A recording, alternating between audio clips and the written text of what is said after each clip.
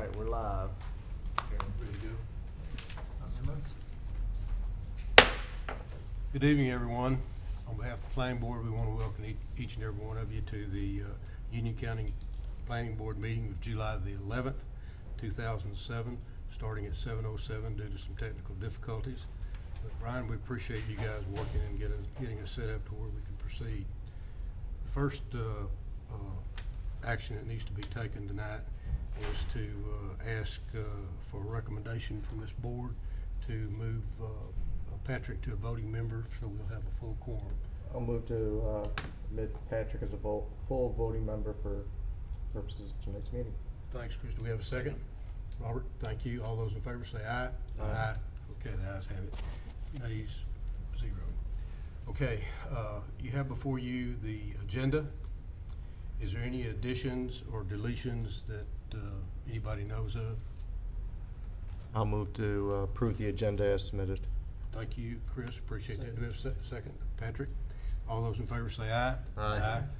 The agenda stays as presented. The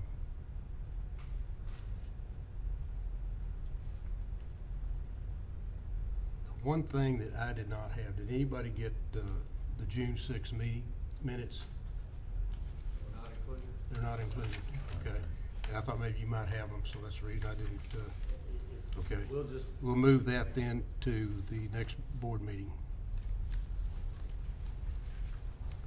Okay, our first item tonight on the agenda is the conditional rezoning petition number 1701, U.S. Developments LLC, requesting rezoning classification from R40 to B4CZ, containing 27.5 acres, being tax map number 06138-017, located on NC Highway 16, being within the Sandy Ridge Township.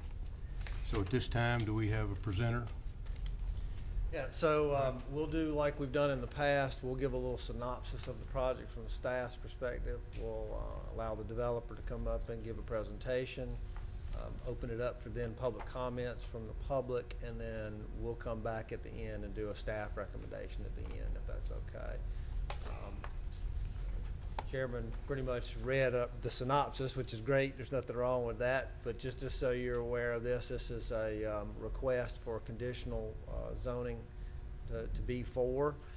It is a more of a what we would call a retail and office use along Highway 16 in the Waxhaw area. This is approximately 27.5 acres. That's just a site plan there for you to see. The developer here obviously has some, I guess, a presentation he'd like to give to you. But what we will do is at the end, we'll give you our staff recommendations. We did go through a process with this. I do want to comment that this is surrounded by the town of Waxhaw's jurisdiction. This is kind of a donut hole. The town does have a Highway 16 corridor plan, as well as a comprehensive plan that included this property. We did not, unfortunately, include that in our staff report.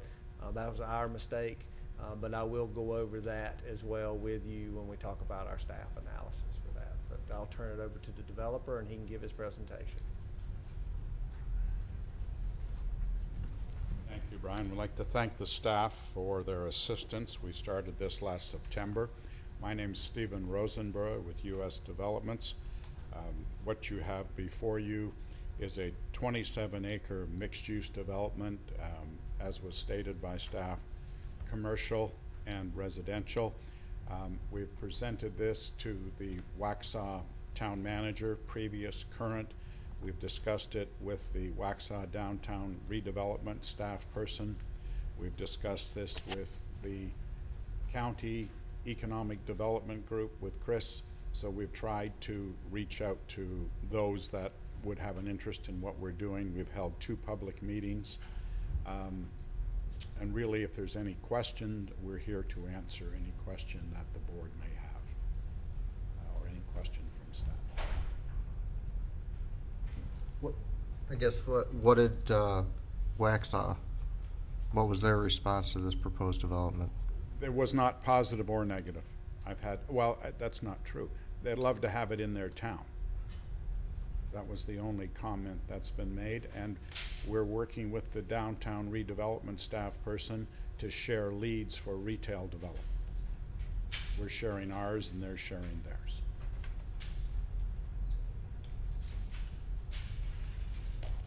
Brian, what part of Waxhaw's comprehensive plan, I know you said it wasn't included in our package, but can you So kinda- the town's land use plan, their future land use plan identified this as sort of mixed residential in their area. They had provisions for some commercial along the street frontage, and then ultimately their plan called for more open space and recreation uses towards the back of the property.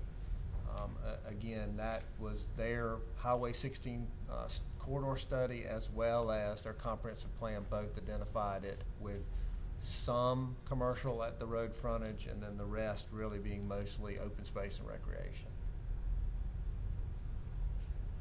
Does the county have any plans at this point to widen that section of Highway 16, and will that impact any of this development? That's a good question. I'm actually going to defer to our transportation planner, Bjorn Hansen, and let him answer that question. Again, the county itself doesn't do widening, but there is plans from NCDOT. I'll let him speak to that, if you don't mind. Thank you. I'm Bjorn Hansen, transportation planner with the county.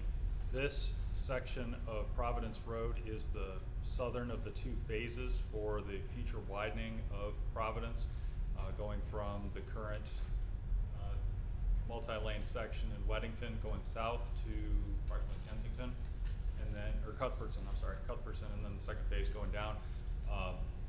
They're both committed projects in the terminology of the NCDOT, which means that the money is there to build them.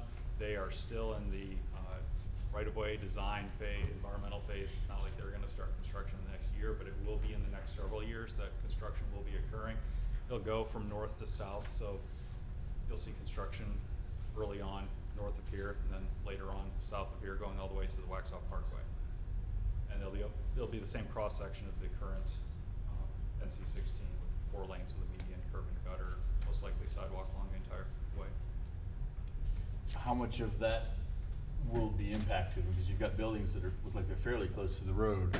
This site plan includes a 100-foot right-of-way, and then has the setback off of that. They're dedicating the right-of-way to the NCDOT so that they will not have to come and purchase the land along the frontage along here. It will already be under ownership by then, and the setbacks for those buildings is based on the future right-of-way. So they're where they're supposed to be according to the zoning. Any other questions?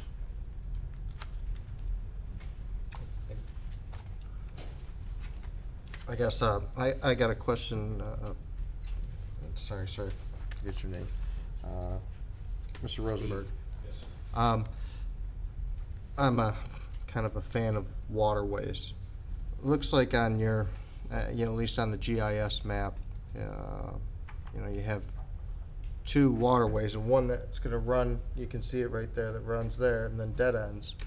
I mean, how do you plan on dealing with the water flow?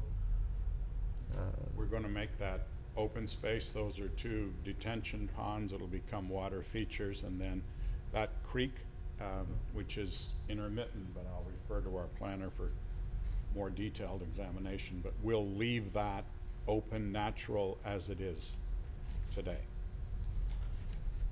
And that continues down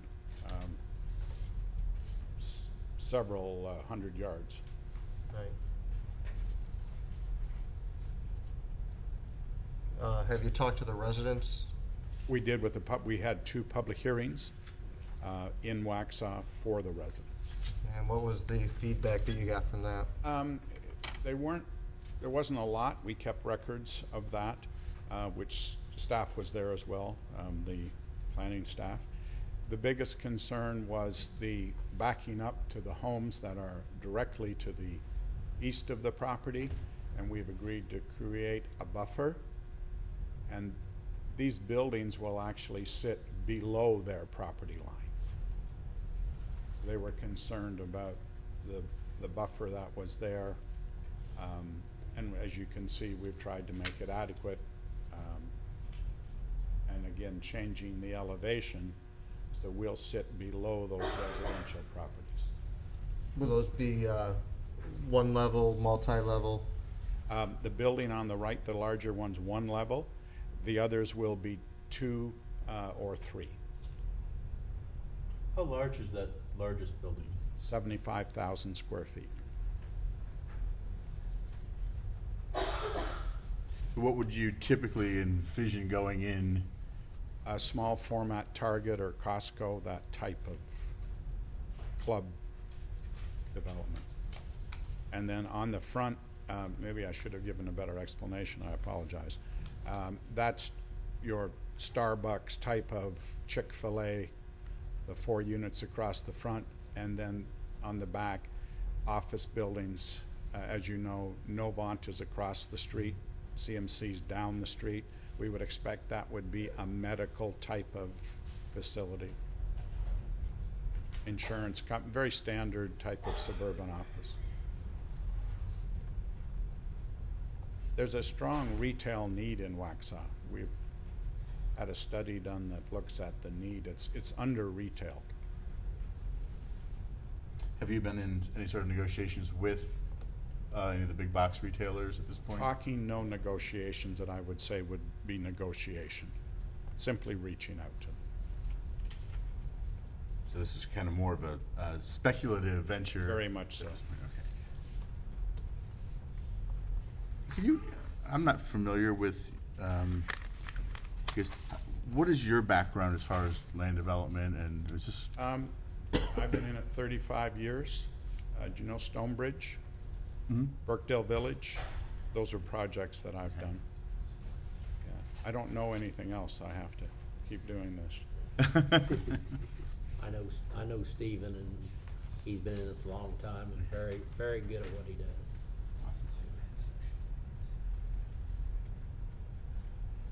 What type of buffer are you considering for those neighbors? Mark, please. Mark can give you more detail. Thank you, sir. My name is Mark Heim, with Land Design. It's a S2 high profile buffer, about 20 feet wide, so that would actually the size buffer that they require.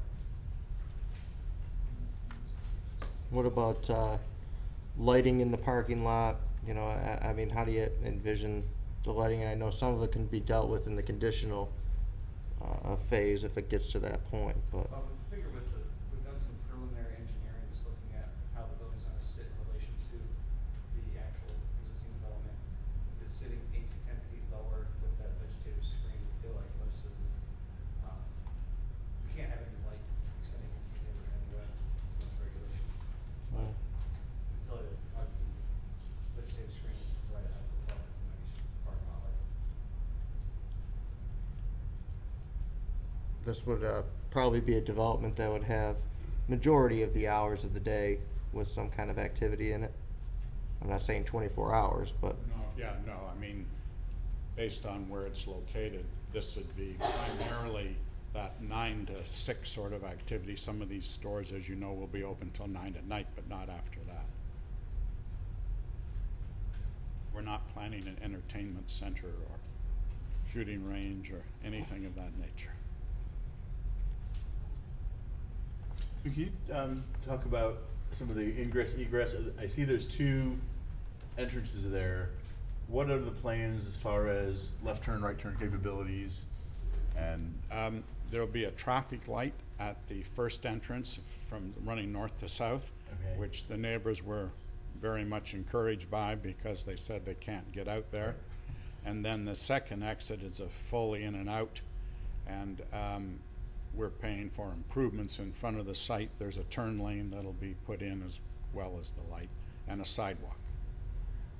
Would you cover that light again? Where's that light gonna be? Right at that road, the cross street, right there. Right there? Thank you, sir. So that leads into the Kensington subdivision. Correct. Is that? I believe that is Kensington. Brian, help me. I believe that is Kensington, yeah. Okay.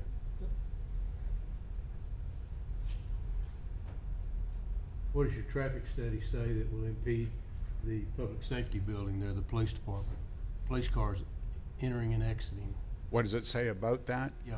What'd you find out when you did a That transportation study? that the light was okay. We generated a need for a light, and we have a turn lane, but there was nothing specific about the police department in the study. We've coordinated that with DOT and the town of Waxhaw. I think the man's name is Dennis Rory, was in part of those discussions. Any other questions or concerns? Did you say the second entrance was a right-in, left-out only? No, that's a full interchange on the TIA. Now, understand that when improvements are done to 16, that will become Right. right in, right out only. Because that will be, I think it's planned to be median divided in there. It's, I mean, you're not likely that you're gonna keep the signal, but the one to the south, it could be a leftover, it could be a median with no left access, could be right in, right out, it's too early to say. But there will be some form of median in that location.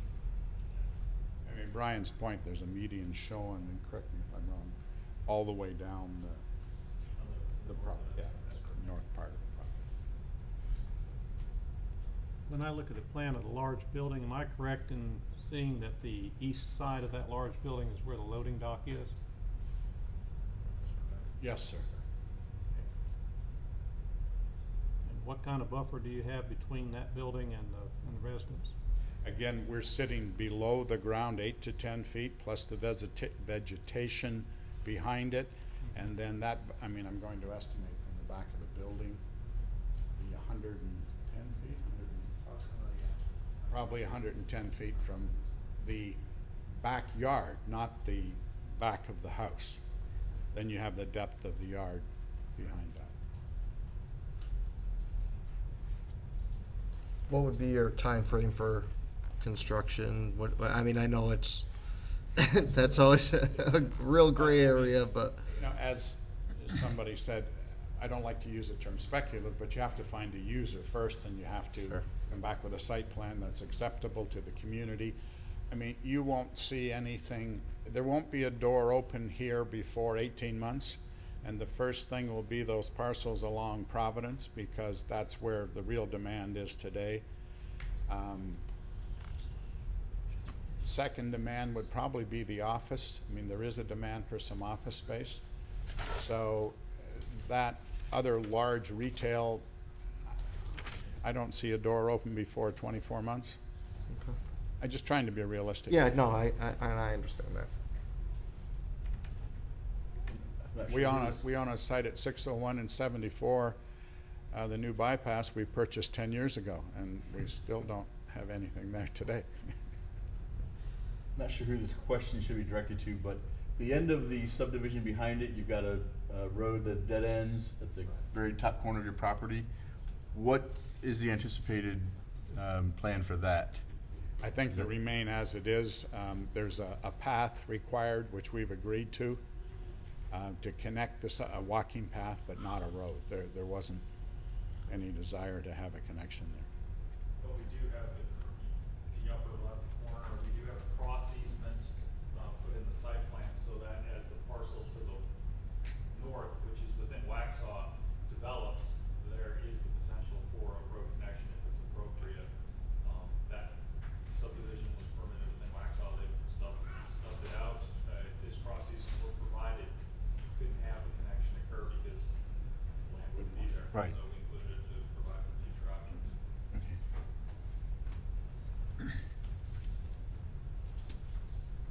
Bjorn, you said this was in the second phase of the widening of Providence Road? It is, sir, but they're gonna be, like, just continuous, you're not gonna really know when one stops and the second begins, it'll just keep on marching down 60. But you don't know when it's gonna start. A few years. Yeah. I mean, Like- they still have to go through the environmental permitting. Like 2025, a few Yeah, years? No, it'll be well underway before then. Okay. The state told us 2023 was their plan. On the transportation, would you say in 5, 10? How many years would you say? Getting the, For completion or for starting? for starting? You should see dirt turning in 6 years. Okay.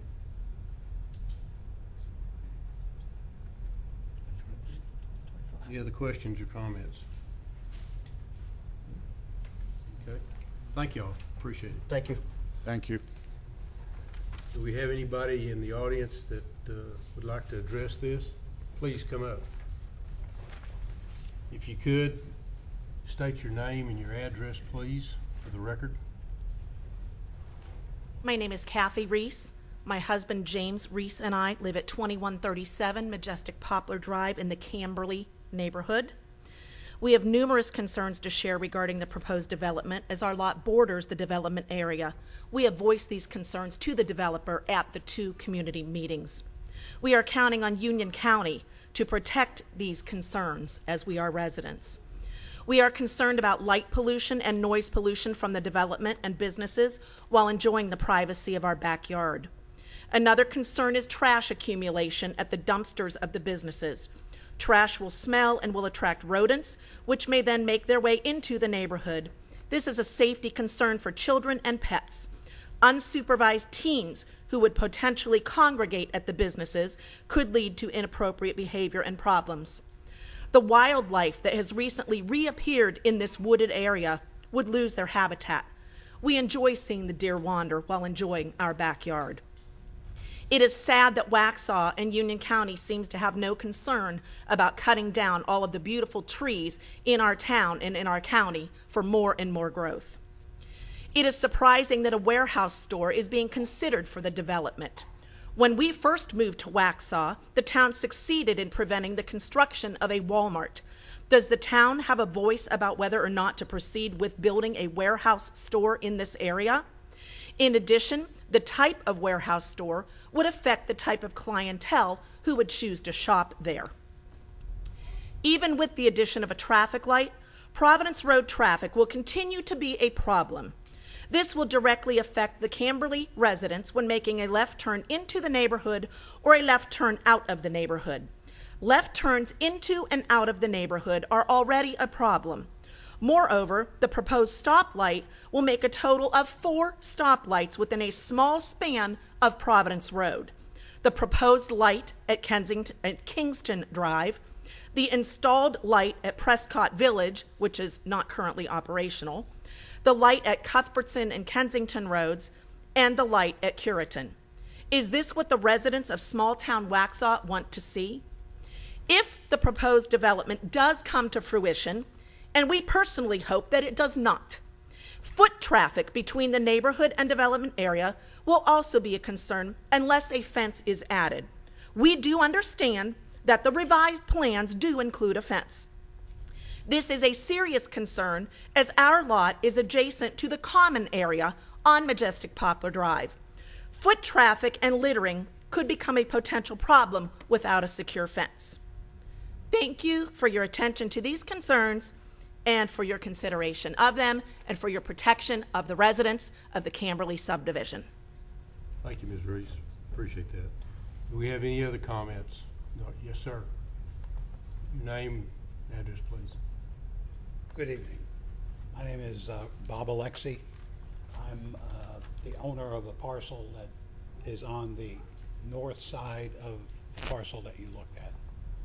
I have roughly 15 acres there, and I also am speaking, I told Rayford and Nelson Coick, who Coick's Marine's been there forever, but they've got about 5 acres abutting this parcel as well. In general, we're okay with the development of the parcel. What we have concerns about is the connectivity to the road in Camberley, the connectivity to our parcels, and the sewer capacity for our parcels as well. So if we look at the connectivity of the roads, we look at use of the area rather than just one parcel, we would be supportive if these developments took that into account. It doesn't seem to me that they do. I would like to see that road in Camberley connected. Thank you. Thank you. Appreciate it, Mr. Lexi.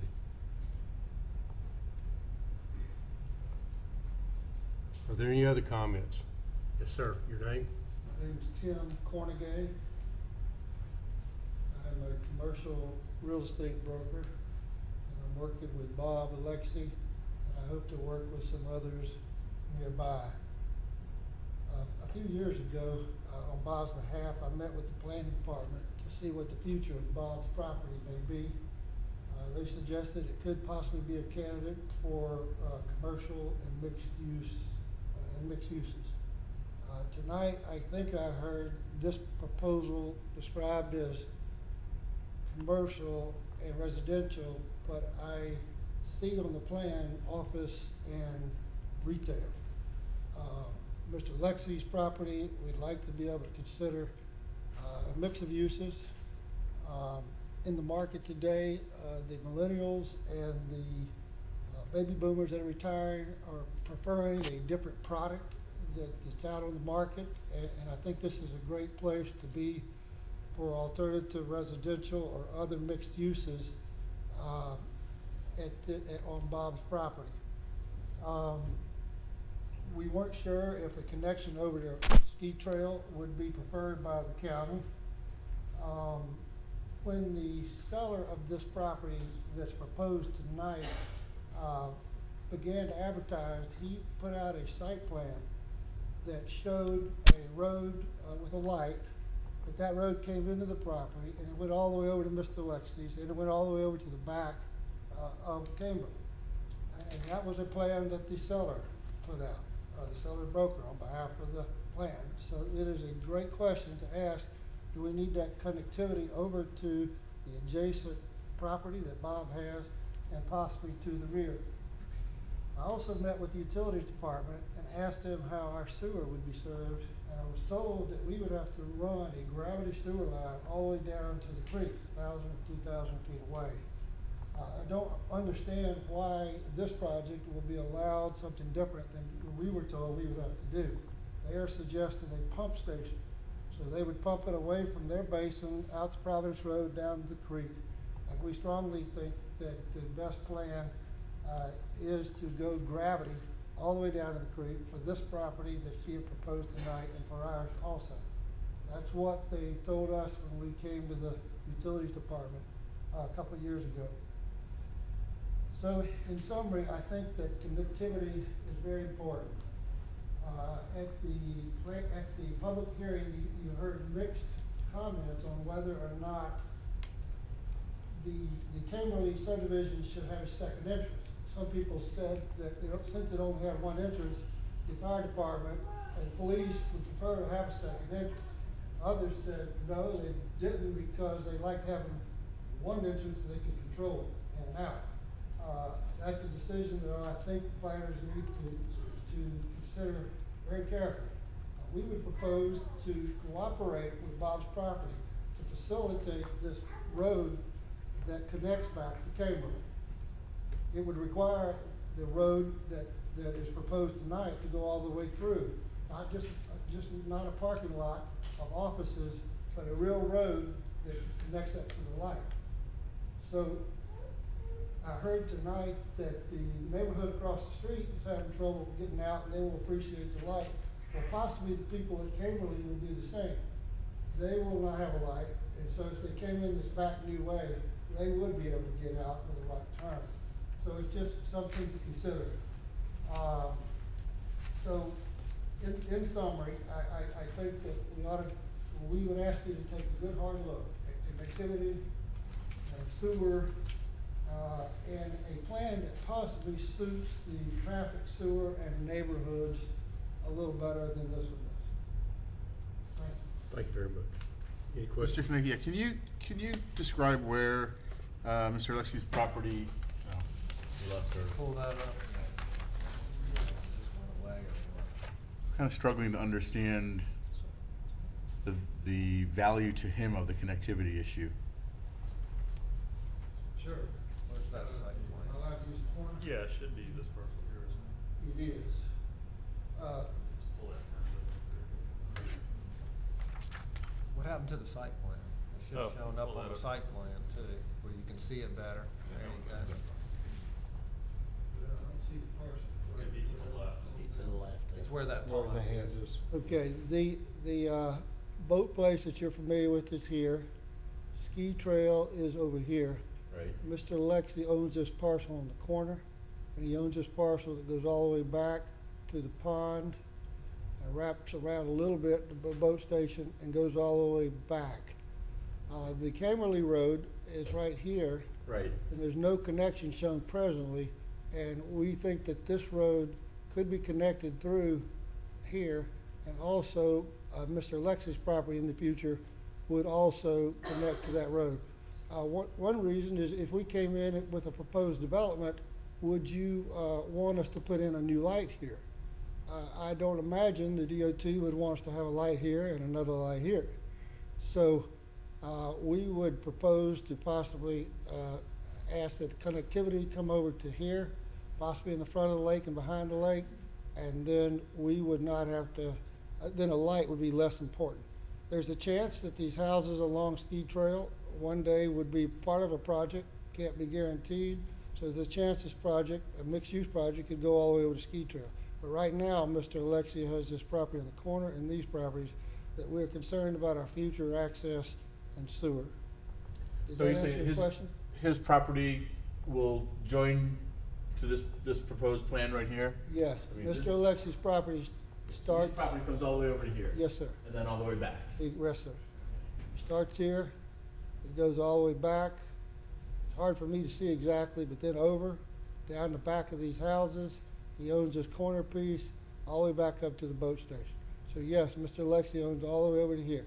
So our vision is that if there's a light and a road and need for connectivity to the neighborhood, that we ought to reserve or build a road to here. Mr. Alexi will cooperate back here on his property, even now, to allow that connection.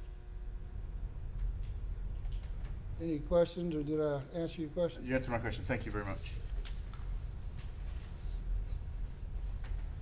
Okay, any other comments? Yes, sir. Thank you, Mr. Chairman. We're, as requested by Union County, doing a sewer study, which will tell us what to do, which we're paying 100% of. With respect to connectivity, I chaired the Charlotte Planning Board for 6 years. The connectivity here is Providence Road. The neighborhood behind did not want connectivity from that point of view. Ski Trail is a high-end residential community. I have not polled them, but I can assure you they don't want commercial going down to Ski Trail. So I think the plan that we've worked out with staff and discussed with both Union County economic folks and with Waxaw represents the highest and best use for the community for the retail commercial that it needs, with the orientation out to Providence Road, which is what the state is going to be widening and what we're going to contribute to with respect to the setbacks, the turn lane, and the median. Any questions from the board with respect to that? Any question? Okay, thank you, sir. I Appreciate do it. agree with you that the housing values over on Ski Trail would probably not want a thoroughfare running through the beginning of their neighborhood. And I guess I still struggle with why the Alexi property would want to essentially give up a fair amount of land to have that road come through its property. I just don't see the value of it, to be quite honest with you. I think from what I'm looking at, there appears to be enough connectivity capability for additional mixed use if those property, that his property is adjoining yours. I'm assuming that a fair amount of this area here is parking lot that can be adjoined to additional property. Is that not correct? That's correct, and we agreed, if you look at the plan, to stub out, when you go behind that retail on Providence, to leave stub you'll see on left and right to allow for that parking lot access. You'll see there's no vegetation, there's two Right. for future connectivity with respect to the parking lots. But I think the orientation's clearly out to Providence Road. And the residents very much did not want orientation towards the rear where their homes are. Right, that would make sense. And you, it looks like you also have a stub out on the right-hand side of your Yes. property for, Exactly. is that, I'm assuming for future commercial development as well? Correct. We were trying to be accommodative to those two parcels with exactly what you pointed out with respect to the parking lots. Any other comments or questions? Mr. Rosenberg, if you could, since you're up there, with the issue of light pollution and noise pollution, and I think more importantly, because of where the loading dock and dumpster would be for the 75,000 square foot building, I know for whatever reason, the garbage men usually come at 3 o'clock in the morning. Can you speak a little bit to how that buffer will mitigate, or perhaps it won't, those three issues of light, noise, and trash? Right. Again, as Mark said from Land Design, we're going to sit 8 to 10 feet below that property level. We're going to do a landscape buffer. We're not opposed to a fence in addition to that if the board thinks that's a good suggestion to mitigate any impact on those homes. So between being physically below, having over about 110 feet just to the backyard, not to the house, and then having the fence and the trees, we think we've done what could be expected.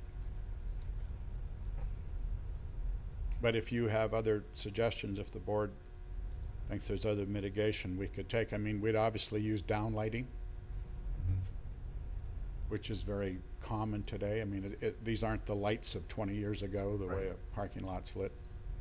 And I'm just thinking over in Wesley Chapel, where the Target is located, they've got a subdivision behind that that's in fairly close proximity to Directly, yeah, that's a good example. the Target store. Can you give me an idea of what that distance is in comparison to what you're proposing? You can think of that west side of that Target store, and that it's interesting. My daughter owns a home in that subdivision. I would think the backyard is actually even closer to the west side of that Target building. That can't be to that fence line any more than 70 feet, Okay. where we're going to be 110 feet just to the back of the property. Thank you. Okay, are there any other comments or questions for the applicant, for the board? If not, I have one comment I'd like to make. Today I received a letter that I have been asked to read, and I would like to pass this out to each one of the board members. If you'll go down, Brian, if you can get a copy for yourself and give the developer a copy of that, please. And if we could get a copy of this to go into the minutes, that'd be enough for that.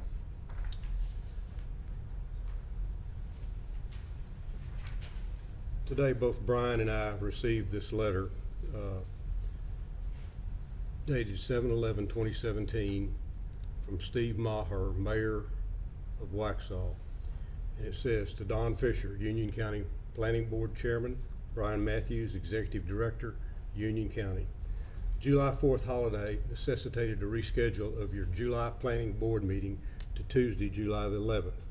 Unfortunately, that conflicts with the Town of Waxhaw's regular scheduled Board of Commissioners meeting. On behalf of the Town of Waxhaw, I ask the comments below regarding petition number 1701 be read to the Union County Planning Board and included in the minutes of your meeting this evening. On Tuesday, July 11th, the Union County Planning Board will meet to review a conditional rezoning petition number 1701, requesting a rezoning of the property located on North Carolina Highway 16. This property borders Waxhaw on multiple fronts and has its primary access points the town of Waxhaw. Back in February, the town of Waxhaw was asked by Union County to provide input on the subject plan. In reviewing the agenda packet material for July 11th Planning Board hearing, there is no mention of that input in the concerns raised by the town of Waxhaw. The town of Waxhaw raised concerns in 3 specific category areas. 1, zoning. Several technical concerns were raised. The main concern raised was the requested rezoning seems inconsistent with Union County zoning definition. The requested zoning by definition is to be transitional and less intense. The plan request, however, is presented with a plan that is far more intense than the county's description and, most importantly, inconsistent with the area. 2, adopted plans. Waxhaw has noted that the proposed zoning is inconsistent with the 2 board-adopted Waxhaw plans of the area, our Highway 16 corridor plan and our future land use map. The inconsistency is especially noticeable and concerning where the property on the east side abuts to a major residential neighborhood in Waxhaw. 3rd, transportation. With the transportation issues that Western Union County is experiencing, the town of Waxhaw previously implemented a traffic impact analysis ordinance. This ordinance is designed to ensure we have a complete understanding of the full impact development has on our constrained system, with solution areas defined and funded. This petition's primary access point is Highway 16, which is within Waxhaw town limits. We requested the opportunity to review and comment on the TIA traffic study. The proposed plan makes accommodations for a traffic signal at Kensington Drive and accommodates future right-of-way needs for the DOT. There appears, however, to be very little in the way of a full traffic impact mitigation in the impacted area on Waxhaw's major artery, and there's no mention of impact on the public safety and healthcare facilities that are next to Kensington Drive. These concerns and specific technical aspects raised by staff have not been properly acknowledged and addressed at this point. On behalf of the town of Waxhaw, I respectfully request that you consider these concerns as you make your recommendation to the Union County Board of Commissioners. Signed, Steve Maher, Mayor of Waxhaw. Does anybody have any comments or concerns from the board about this letter? Not at this time. Not this time.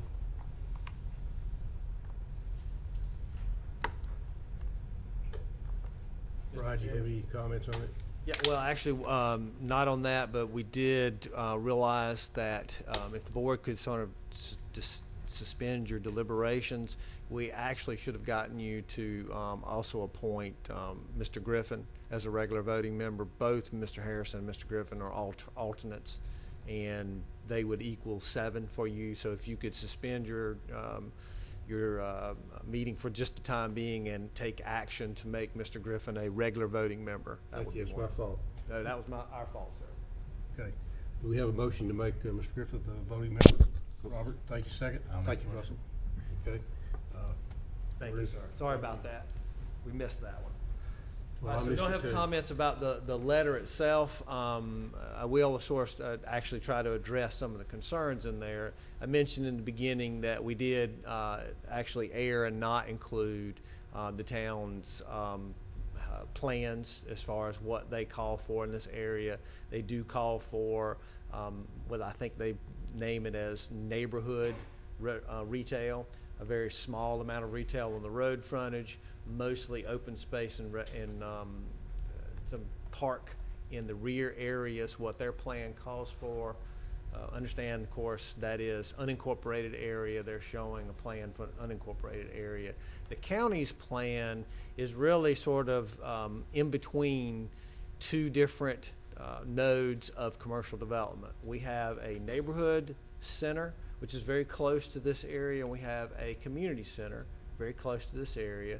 And then in between is what we call our mixed residential. Now, the one thing about our plan is it's not parcel specific. And that's where some confusion can come in. There's a little blob on the map and it says neighborhood center, and a blob on the map and it says commercial center. That doesn't mean that the areas can't expand or contract. It really depends on what's suitable. That's just an area to say where we conceptually think things should be. So this particular piece of property is sort of in between that. It is suitable for some type of commercial development. It could also be suitable for some type of higher density residential as well. It could fit either one of those. And our plan currently calls for some level of commercial activity on that property. Now, of course, what you have here tonight for your purposes is what level would you be comfortable with? The original request for this was roughly 250,000 square feet. It's actually been reduced to just under 200. That's 199,000 square feet. It is a mix of office and retail, and so it does meet the general plan for the county.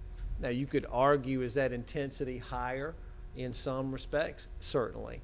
But our plan is that. It's a guide. It doesn't mean that if the plan says 125,000 square feet is all the neighborhood center should be. It's not, it doesn't dictate that's as big or as small as it can be. That's a guide, is all it is.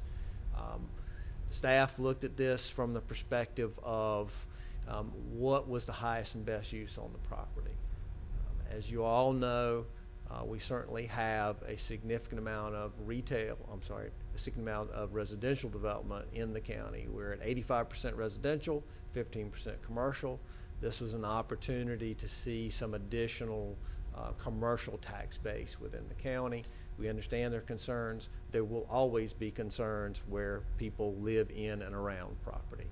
The real discussion, I think, here is what intensity does the county and the developer and essentially the town, are they willing to accept on this property? I think everyone recognizes some commercial activity on that property is appropriate.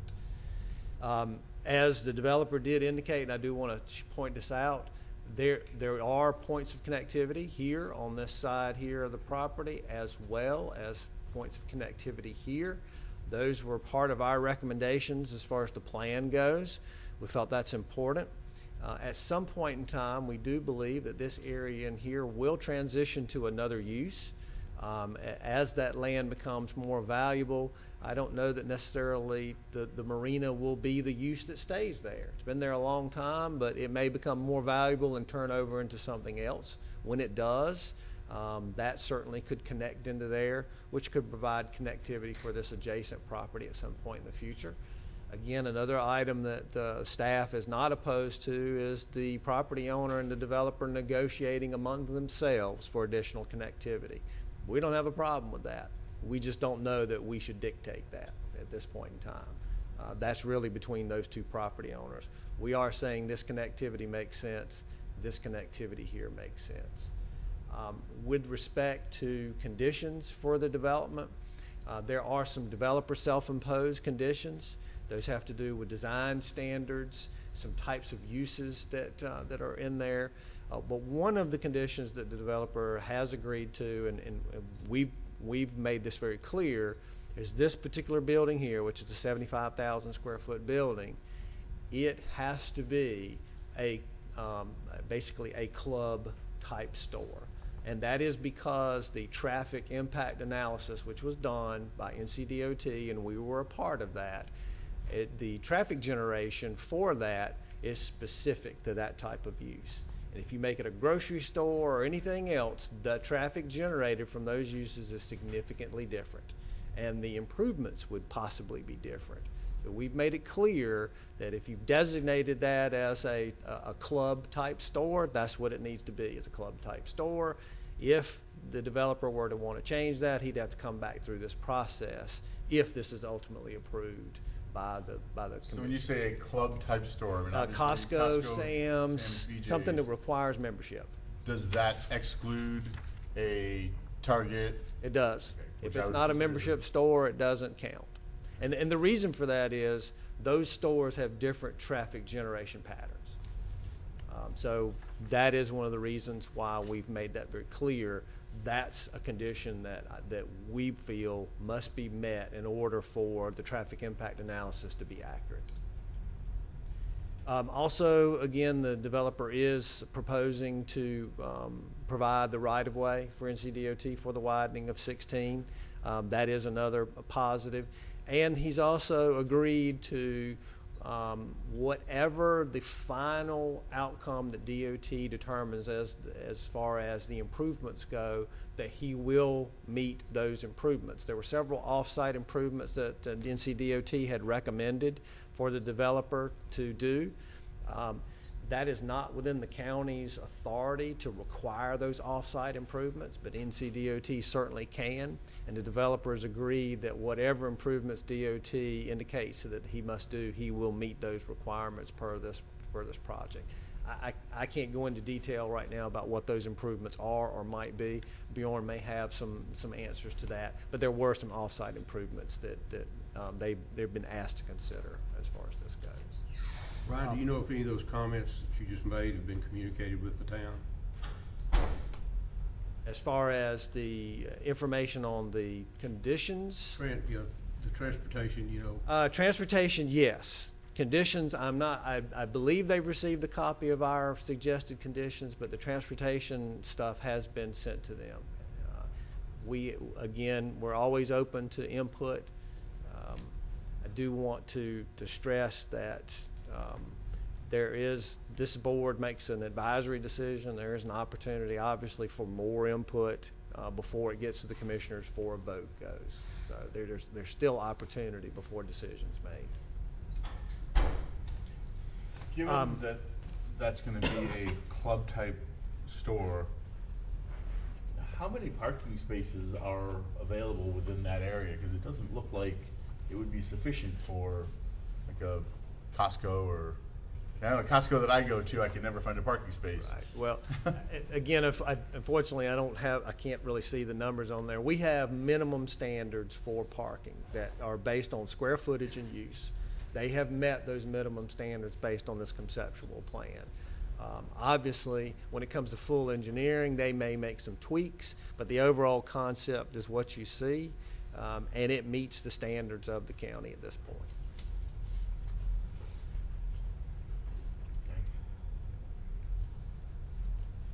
Based on that, the staff has given a recommendation of approval for this request with the conditions that the developer has self-imposed, as well as the conditions that we've also noted with the board.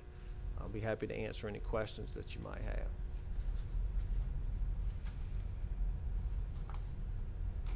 Mr. Chairman, we have a lady that would like to ask a question. Is there a comment or something on there to make sure that this club membership is not gonna have a gas station? Because most of these have gas stations adjacent to them for the membership members to get to the gas. I will tell you that these buildings that are here can certainly be any use within that category. That does not restrict that. So if this were to be a club and they wanted this to be a gas station, that is certainly allowed. That is no restriction. So none of that's been stipulated in here? But again, our ordinance doesn't restrict them from having a gas station. So at this point in time, there is no restriction. If they And choose the it. reason why you picked a membership club is because the traffic is due to more traffic on the weekend, less traffic during the week for a membership club building.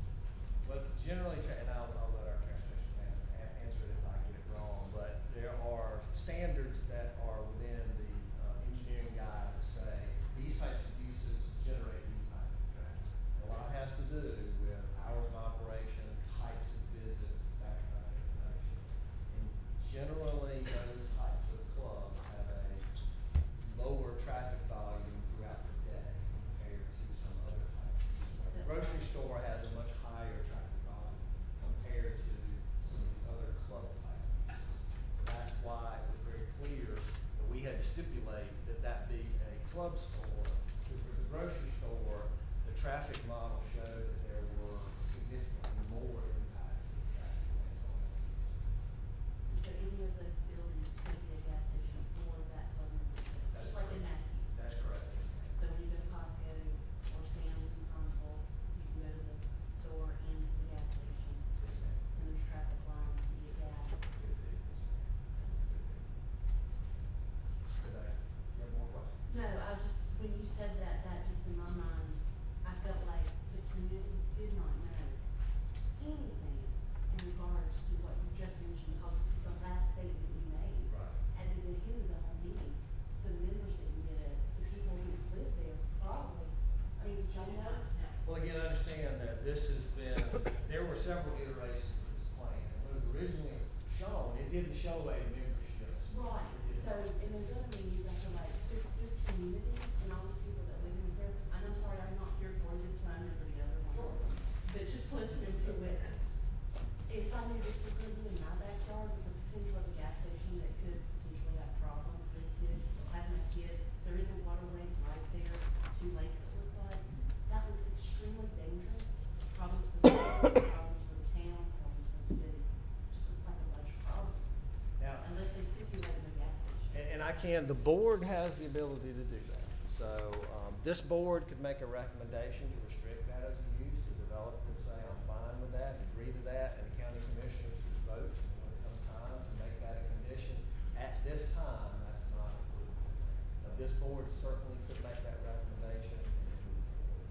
There's still for those people, because that looks like that is completely over. Yes, ma'am. Yes, ma'am. And we did attend both of those community meetings, as I said earlier, and at the, second meeting, I have a picture of that same map, it does show Discount Club, and at no time were we ever made aware that that could possibly include a gas station in one of those farm properties. Certainly, I understand. And that was not something that we discussed. I wasn't in attendance for the meeting, so I didn't get to hear what was said. But again, B4, which is the classification that they're asking for, that's the general business district for us. Pretty much all the uses that are allowed in general business are allowed in B4, which a gas station is allowed in that. And that's probably why they didn't discuss specifically a gas station. It could very well be a bank, it could be a pizza restaurant, it could be a mattress store. It's speculative at this point in time. Could it be a gas station? Absolutely, unless it's made a condition. And the developer may or may not speak to that. Right now, that's not been conveyed to him as to whether or not he would restrict that. Any more questions for me? Questions for Brian? Okay, thank you, Brian. Okay, thank you, sir. Appreciate that. Could you address the gas station comment, please, sir? Mr. Chairman, if you don't mind, I'd like to address the letter from Waxaw, because that totally took me by surprise. I want to make a point that the development manager for the town of Waxhaw, I believe it's Dennis Rory, has been on every conference call with DOT, has been provided every copy of the TIA, and been involved in every discussion. And I feel compelled to make this other point because I'm astounded with that letter, but the town manager for Waxhaw in February called me to a meeting in his office where proposed whatever density the county approved, they would give higher density if I would agree to a voluntary annexation into the town of Waxhaw.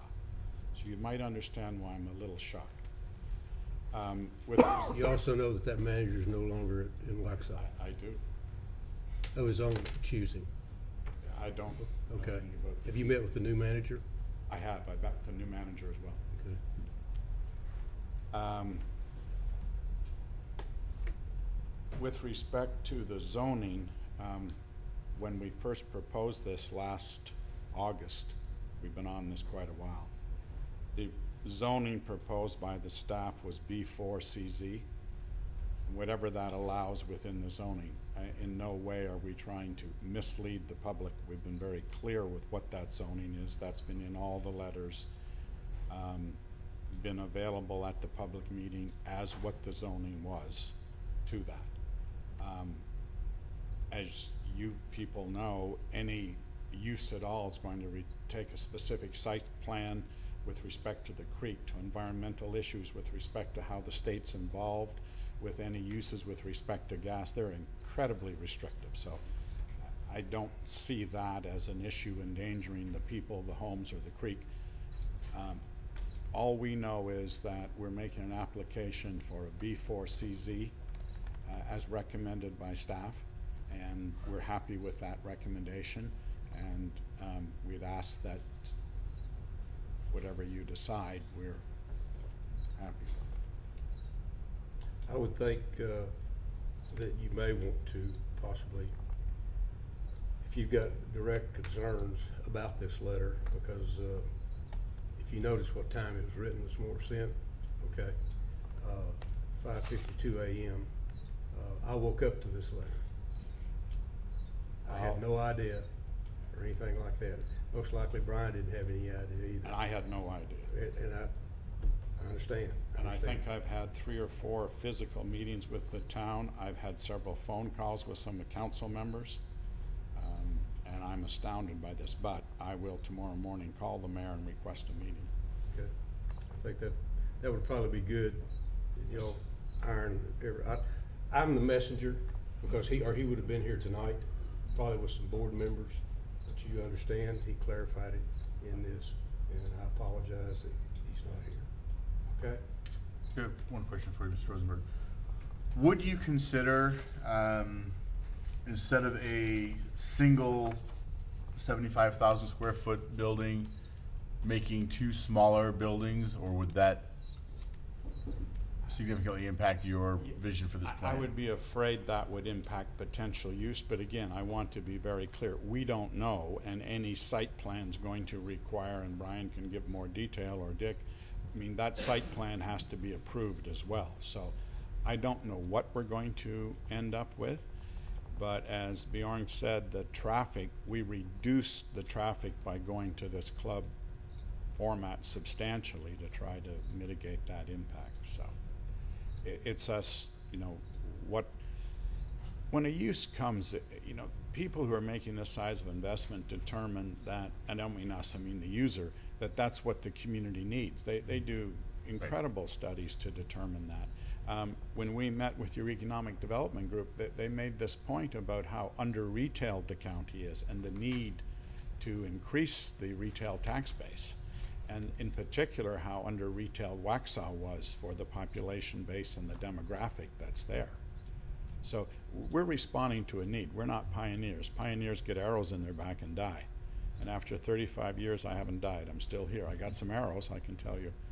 But you know, we go with what is required by the community as a service that they need. Well, and as a resident of Waxhaw, believe me, it would be a much shorter commute for me personally to go downtown Waxhaw for club type shopping. So I'm just kind of weighing different options and different possibilities. You know, wearing different hats. One is a resident and another is a board member. But I just wanted to ask that question to see kind of where you were in that. And Brian, I guess the question I have for you is the 75,000 square foot size, would that be a maximum? Yes, sir. Okay, so they could choose to go smaller if a smaller tenant were to come available, but they can't go any larger than 75,000 under this zoning.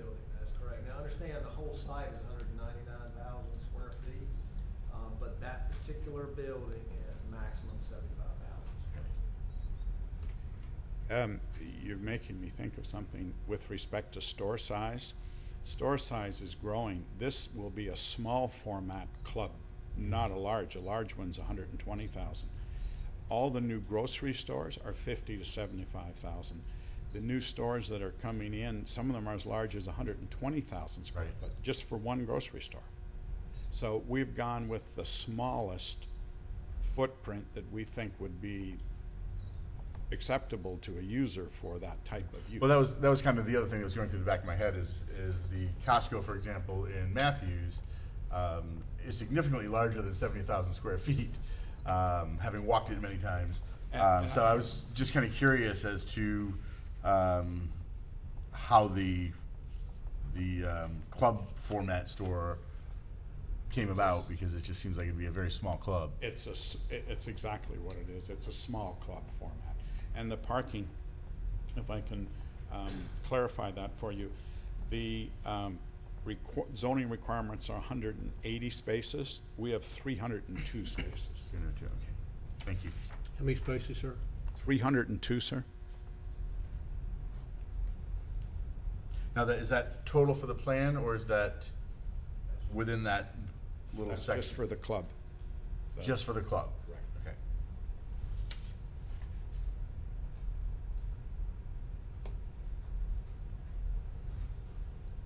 Okay, any other questions? Okay, thank you, appreciate it. I think we've had a good discussion on all of this from all sides. We've heard a lot of comments tonight.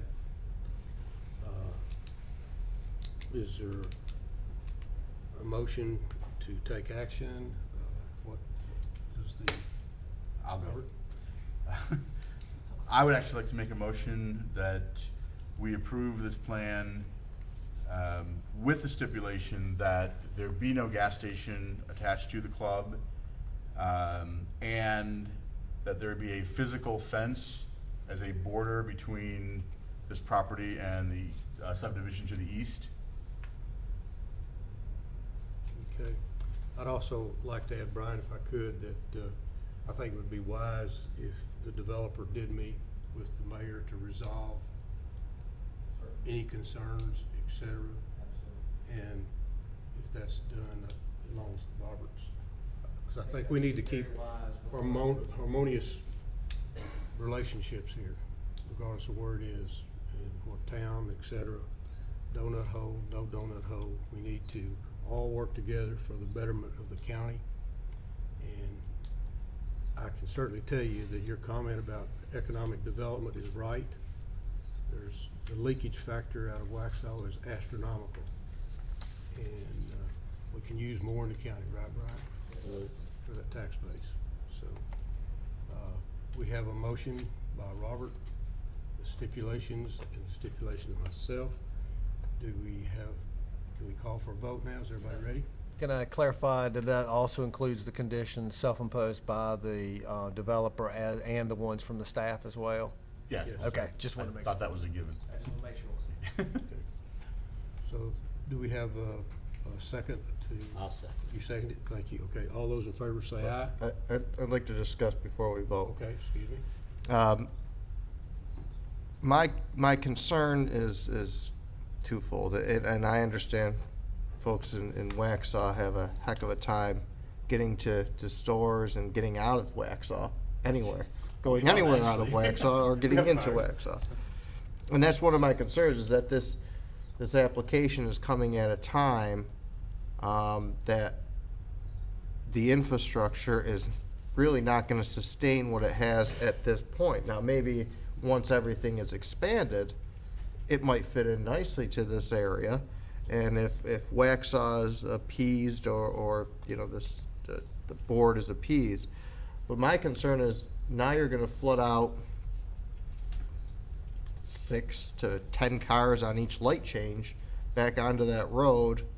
I mean, it seems to me that we're going to be creating a lot more traffic volume in an already really congested area by approving this at this time. I'm not to say that this application at some other point in time might not be appropriate, but I just think at this point in time, you know, I have an issue with the traffic flow. I also have an issue with the B4 designation. That's the widest designation you can get in your general business district. I mean, that they don't technically have to build a small club store. They can build. That is one of the conditions. No, that's one of the- That is Okay. one of the conditions, that it has to be a club store. That is correct. So now, the other uses do fall within whatever the B4 category is, unless, of course, that condition with the gas station is. Brian, I would say that part of the overall mix of uses that includes the discount club, it wasn't because we were hell-bent to get the discount club, because that was the mix of uses that was proposed in the TIA. The TIA drives the mix of uses, and more importantly, the overall number of trips that are generated by the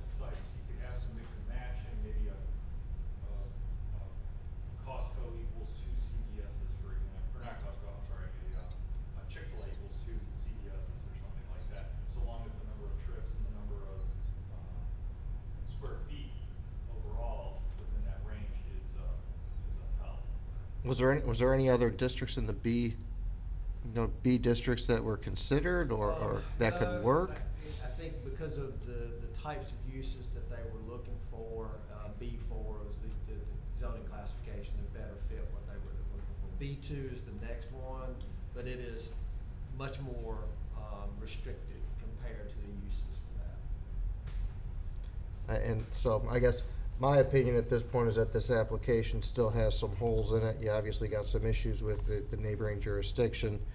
You know, the sewer and water studies, haven't come back yet, I don't imagine. Is that right? But, the developer is actually working with the county as far as the sewer on the property. Now, the adjacent property owner mentioned the issue with sewer. Understand, it's not our responsibility to make sure adjacent properties are served with sewer at a less expensive cost. That's not our Oh, I responsibility. get that. Our responsibility is to make sure that the developments being proposed meets those requirements. Developer is working with the county on that. He's not required to have his sewer permit at this point in time. That comes when he actually does his full engineering plans. There is capacity. That's what we're told from our Public Works Department, and it can be served. It doesn't mean he is being served, just means he can be served. Well, I think I've said my piece. I think that the application is just, while it might be a good business strategy for Waxhaw, I don't think the timing is good with. And I certainly understand those concerns, because traffic certainly is an issue on Providence Road. But I think when you look at the picture of the fact that we are losing retail, we are grossly underserved from a retail capacity, and being that we are limiting this application to a club-type store, I think that whether it's 18 months down the road or 7 years down the road, I think that the value to the community would be well served. And I think that if we can address the issues of our neighbors to the east, which there appears to be some adequate remedies for light noise and trash, and certainly with regard to teens loitering around the neighborhood, around the back area, I don't see that as a huge concern, but certainly a physical fence would prevent them from loitering back there. And I would expect that the business owners would also make sure that they are not hanging around the back of their premises, especially late at night. Did your stipulation include the gas station too? No gas station stipulated. Okay. We've had a motion. Robert, you still want the motion in play? Motion is in play, and I think Second, Russell call seconded it. question. Okay. All those in favor, say aye. Aye. Those opposed, say no. No. No. I believe the ayes have it. Okay. Okay, we appreciate that. Thank you all. If you need to leave, go ahead. Next. We just want- did it to pull up a. Yeah, okay. We'll take a short recess here while we're getting some information ready to go.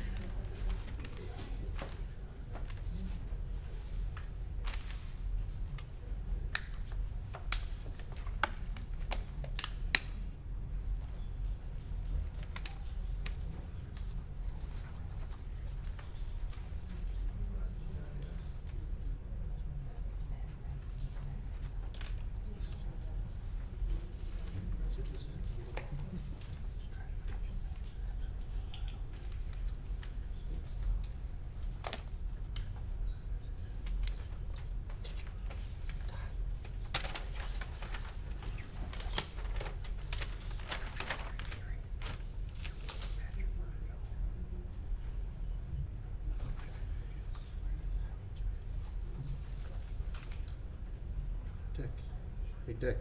Yeah. Patrick, how did you vote? I'm sorry? How did you vote?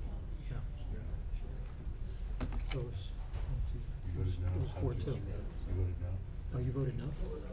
How So did it's- Charlie vote? You said yes. Oh, so no's had it. Well, we had a 3-3, I think. No, it's 1, 2, 3, 1. Yeah, it's 3-3. 3-3. That's what the vote was. I thought you voted against No. it. You voted against it. I voted against it. Oh. No, I voted Yeah. no, yes, Oh. no, yes, Yes. yes. I thought there were two. I only saw, oh, Don, I did not see you raise your hand. No, I voted no. You got a, We got a hung jury. oh, okay. I did not see that. Don, I didn't see you raise your hand no, so. I'm sorry, yeah. My apologies. I'm gonna tell them before they walk out. I gotta be You gotta upfront. I split- said no. You got I a did not. split decision, so. Do what? You got a split decision. I didn't realize you had a Right. split decision on that one. Well, I'll go to the board with a split decision then. Okay. So you said yes had it. I kinda looked at him and no, I guess you guys voted. Well, I asked him if the yeses had it, cause he was, look, I couldn't figure out the way, so. I was gonna ask you which way, cause I thought. Sure. Well, I knew, well, I kind of figured Russell would vote yes as he seconded the motion. I did say yes. I voted for it.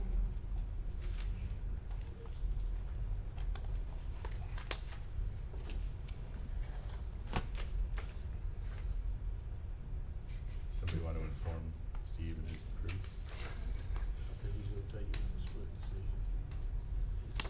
I think, huh? Brian's gonna contact him. I'm sorry, guys, we just had technical Still standing difficulties outside. all morning long. Okay.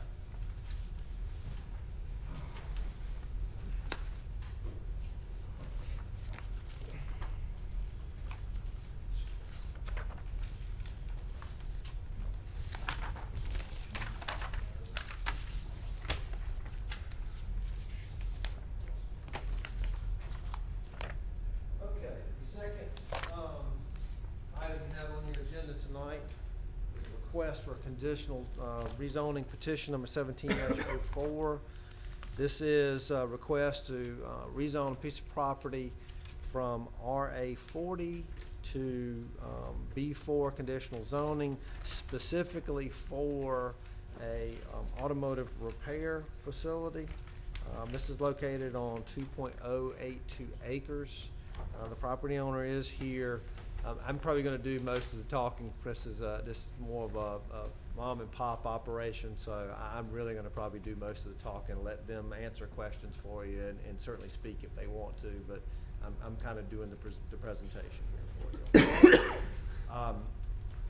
What you have here behind you, and I'm sorry it's not on your screen, but you've got a picture of the parcel that we're talking about here. The property owner, he actually owns this piece as well as this piece.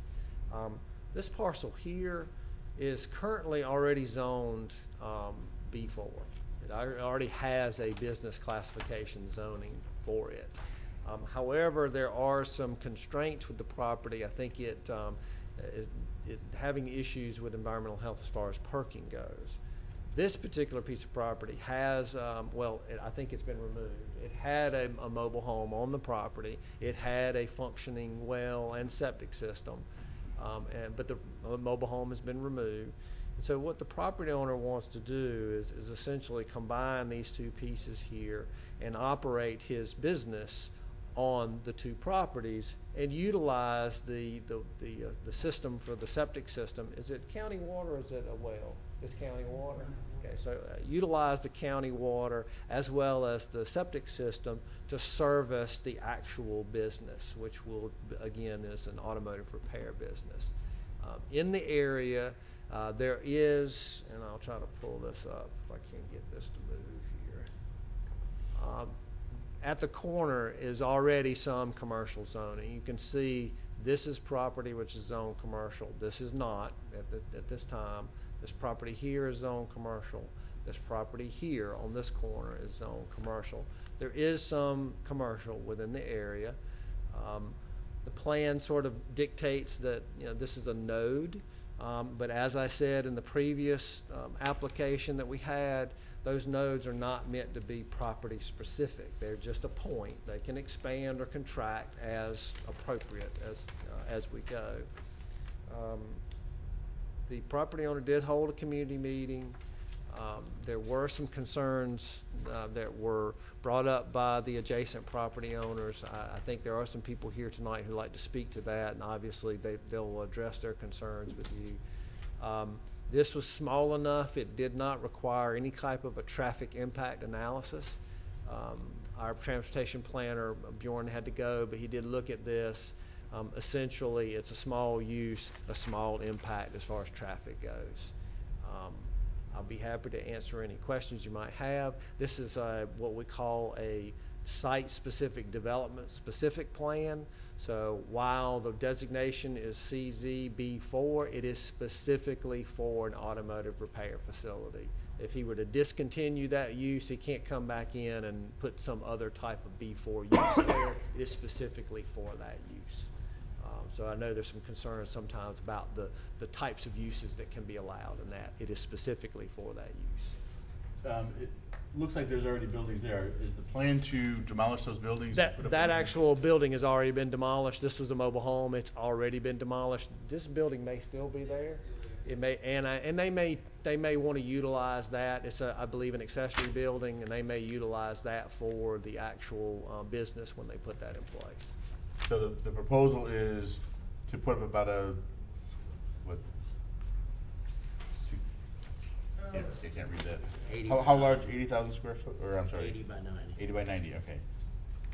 Yep. The 7,200 square foot building. 7,200 square foot.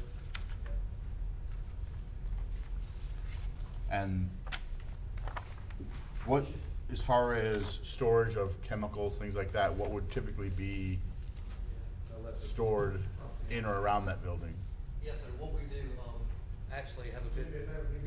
Yes. Jeff Hudspeth. I live on Sincerity Road, which is right off 200, which is approximately about 5 miles away from the location on 218. We do And I'm sorry, have your name, give me your name one more time. Jeff Hudspeth. And can you repeat your question one more time, please? I was just curious as to what types of chemicals might be stored in or around that building, on that property? Yes, sir. We, the only main chemical that we use, which is brought in by, is Haltech, which is a oil company around here.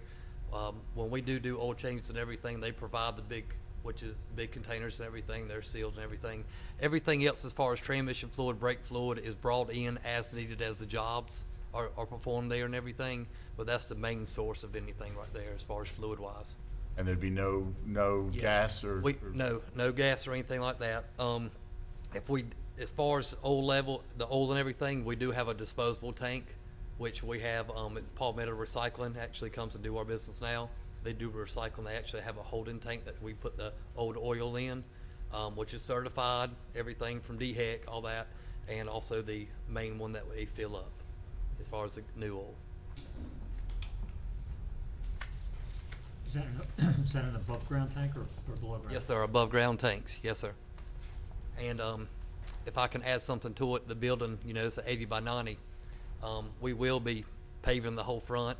As far as there's 2 driveways, if I can show you right here, there's one right here and one right there. Those are going to be extended out the length of approximately at least 30 foot on each one. So you're not actually having to come to a dead stop. You can veer off into the property and everything.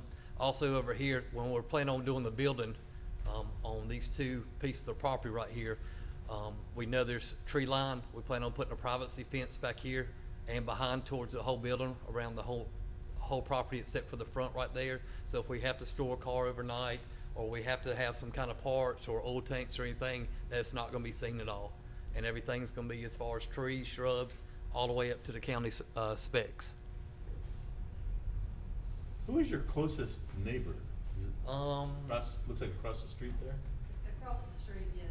Yeah, it's, can we make that go away? Unfortunately, you can't. Okay, it's, Yeah, that's that house, I think, across the street Yeah. would probably be the closest structure, if I'm not mistaken, as far as residential goes. Yes. And do they have, would there be a line of sight from their home to your building, your facility? Yes, there are actually a line of sight's gonna be, I mean, from right there. I mean, of course, the building's gonna be right over here itself. Right. So there's gonna be some difference, but all that right there is still wooded area. Okay. It looks like there's tree lines coming up to that corner. I'm just wondering if your building is far over enough, they really shouldn't see much. Exactly, exactly. And that's why I'm saying there's tree line all back through here, over on the right side. And if I'm not mistaken, in some of this land over here, before commercial as well. I know we only concentrate on the right side, but Yeah, let me see if I can pull that up so you can see what the notification is.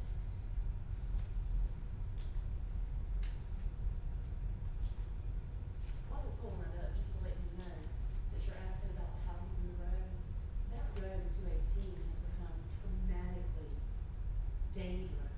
We can't even check on mailboxes because of the Let, road. time out, we'll have a call for public comments yet, But what I'm please. trying to tell you is- That's all right. You can come up when we're ready. We need to hear this right here, please. So what you, as we were indicating, everything there in the red is already zoned commercial. That there on the corner actually has a light industrial zoning for that. The property behind it is still zoned RA40 or agricultural. The property on this corner is still zoned B4. So this is zoned residential agricultural at this point. Everything sort of in this area is commercial is in this area here and across the corner at this point in time.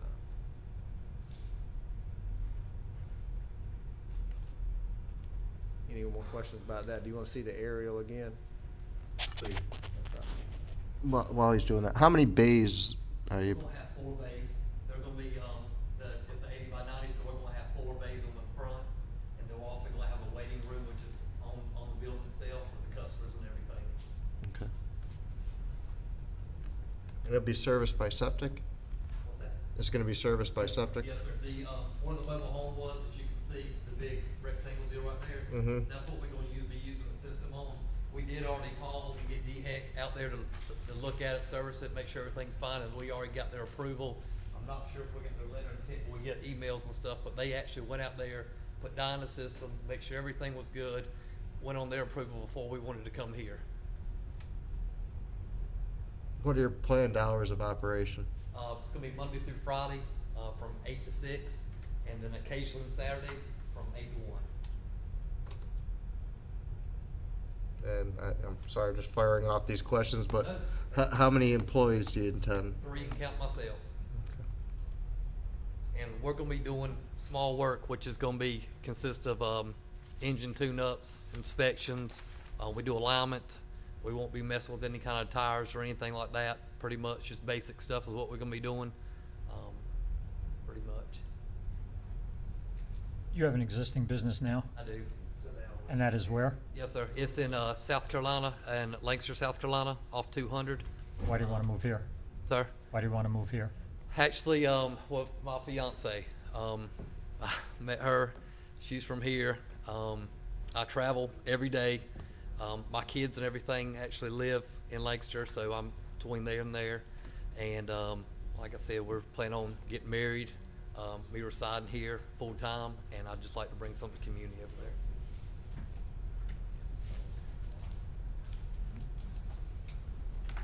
How tall are you proposing this building to be, height-wise? The doors itself are gonna be, the highest is gonna be 12 foot as far as the bay door itself. So 16 to 18 foot total. It's gonna be the height of it. And I did wanna recognize is also the building, it will have a brick front on it, presentable for the county specs as well. So basically a steel building with a brick It's a front? steel building, and it will have brick as far as what you can see on the road itself. It will have brick.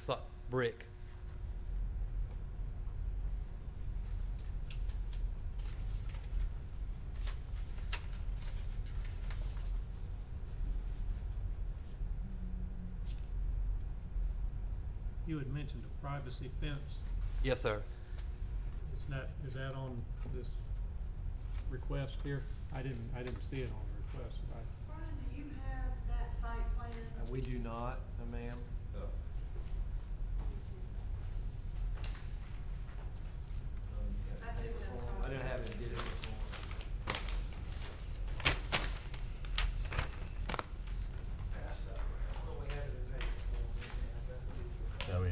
Everybody, you got it? We've got it. Yeah, but it doesn't show a fence. Oh, it doesn't show the fence. No. It does not, my name is Jenny Jenkins, I'm a real estate broker here in the county. Carol Russian provided this, site plan here, and even though it doesn't show up on here, that would definitely be something that we would do.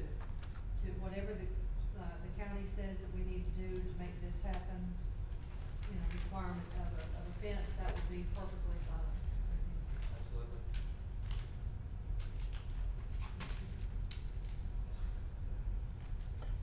You said you don't do tires. No, sir.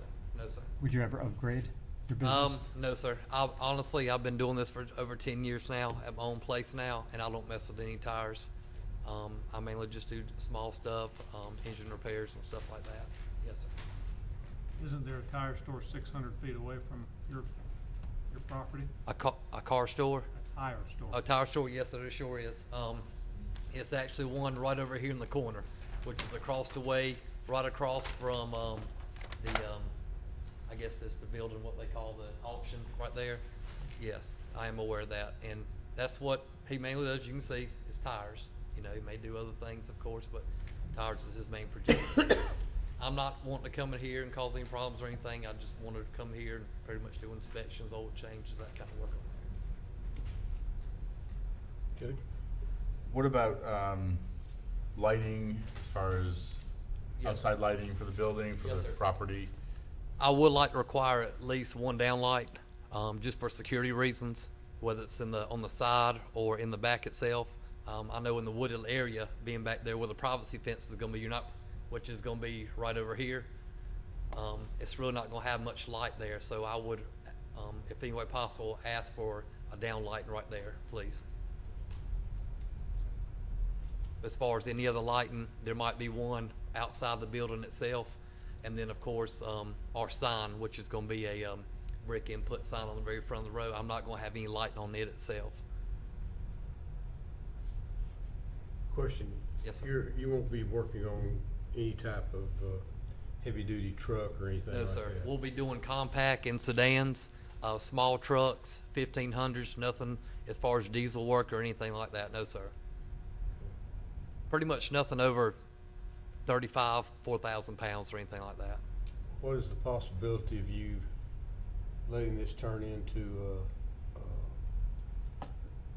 and I've seen this at several shops, they've got probably more cars there that aren't running, and they've been sitting there for 3, 4, and 5 months. Exactly. And You wouldn't have anything like that happen? yes, sir, I sure have. And what we do is I've had numerous of those.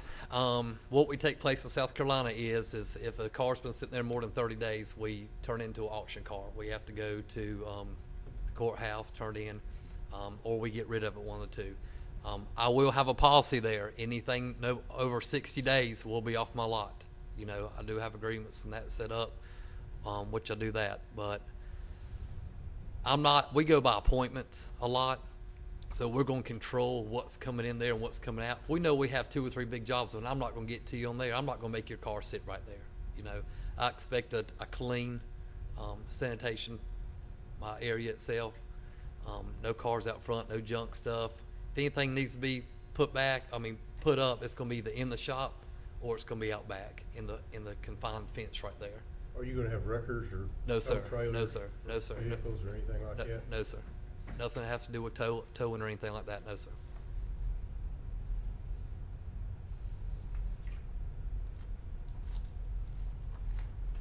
Any underground tanks? No, sir. Not at all. Everything's above ground. The posts that we use are actually 2 posts, which are up to 10,000 pounds up there that we feel comfortable that we use at Mother Shop. So nothing's going to be in the ground. There's not going to be any pits or anything like that.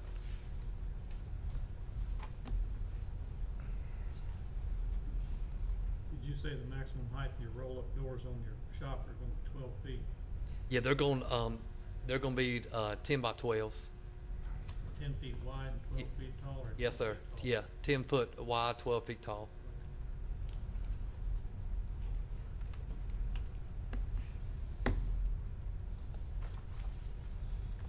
They will be the nice professional doors, nothing like no metal, anything like that. They'll be 12 foot wide, or 12 foot high door, you can't get a semi in. Yeah, exactly. Stacks of assembly and stuff. Exactly. Yes, sir.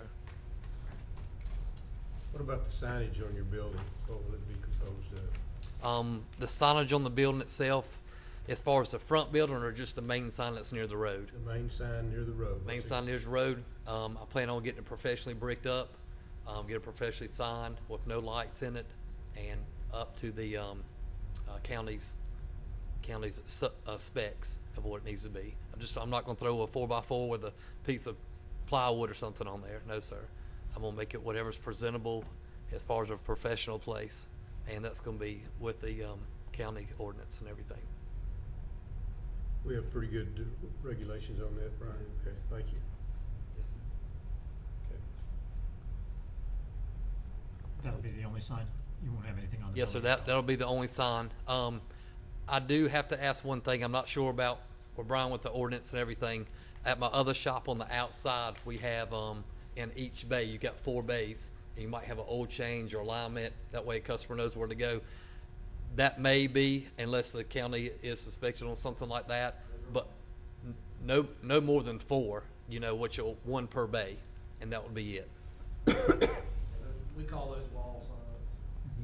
He is allowed to have a wall sign, if approved, he's allowed to have a wall sign as well as a advertising sign, for the outside.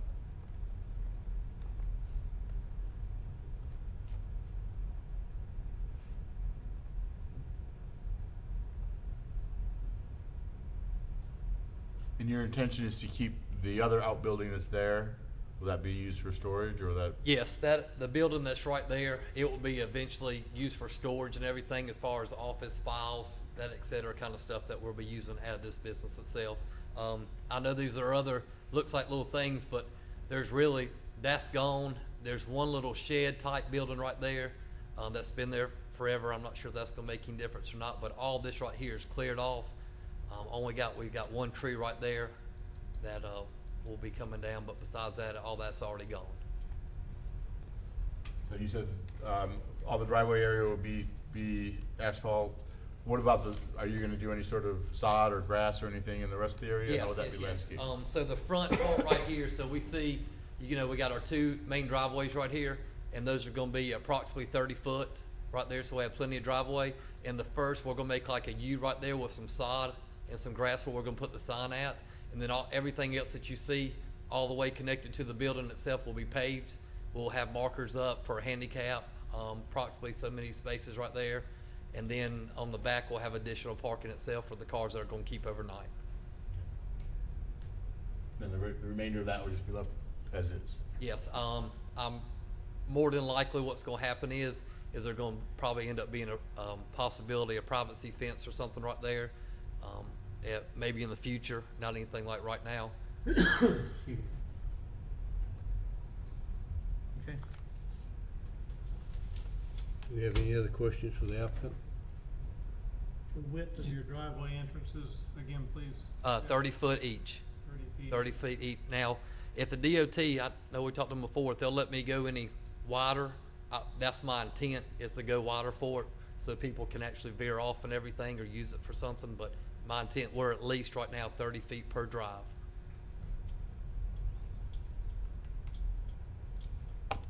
You said this is gonna be like an appointment only type of? No, we do accept walk-ins, but mainly walk-ins are gonna be oil changes, something that approximately takes between 15 and 20 minutes tops, inspections and half hour or less on there. Any kind of big work that's gonna take more than 3, 4, 5 hours up to 1 day will be scheduled in as an appointment. So you'll have a waiting area? That's People correct. We will have a waiting area up there. It's going to approximately be, it's approximately about a 20 by 20 waiting room area. I will have one restroom in there, as far as, because it's only going to be 3 employees, the restrooms, but yes, sir.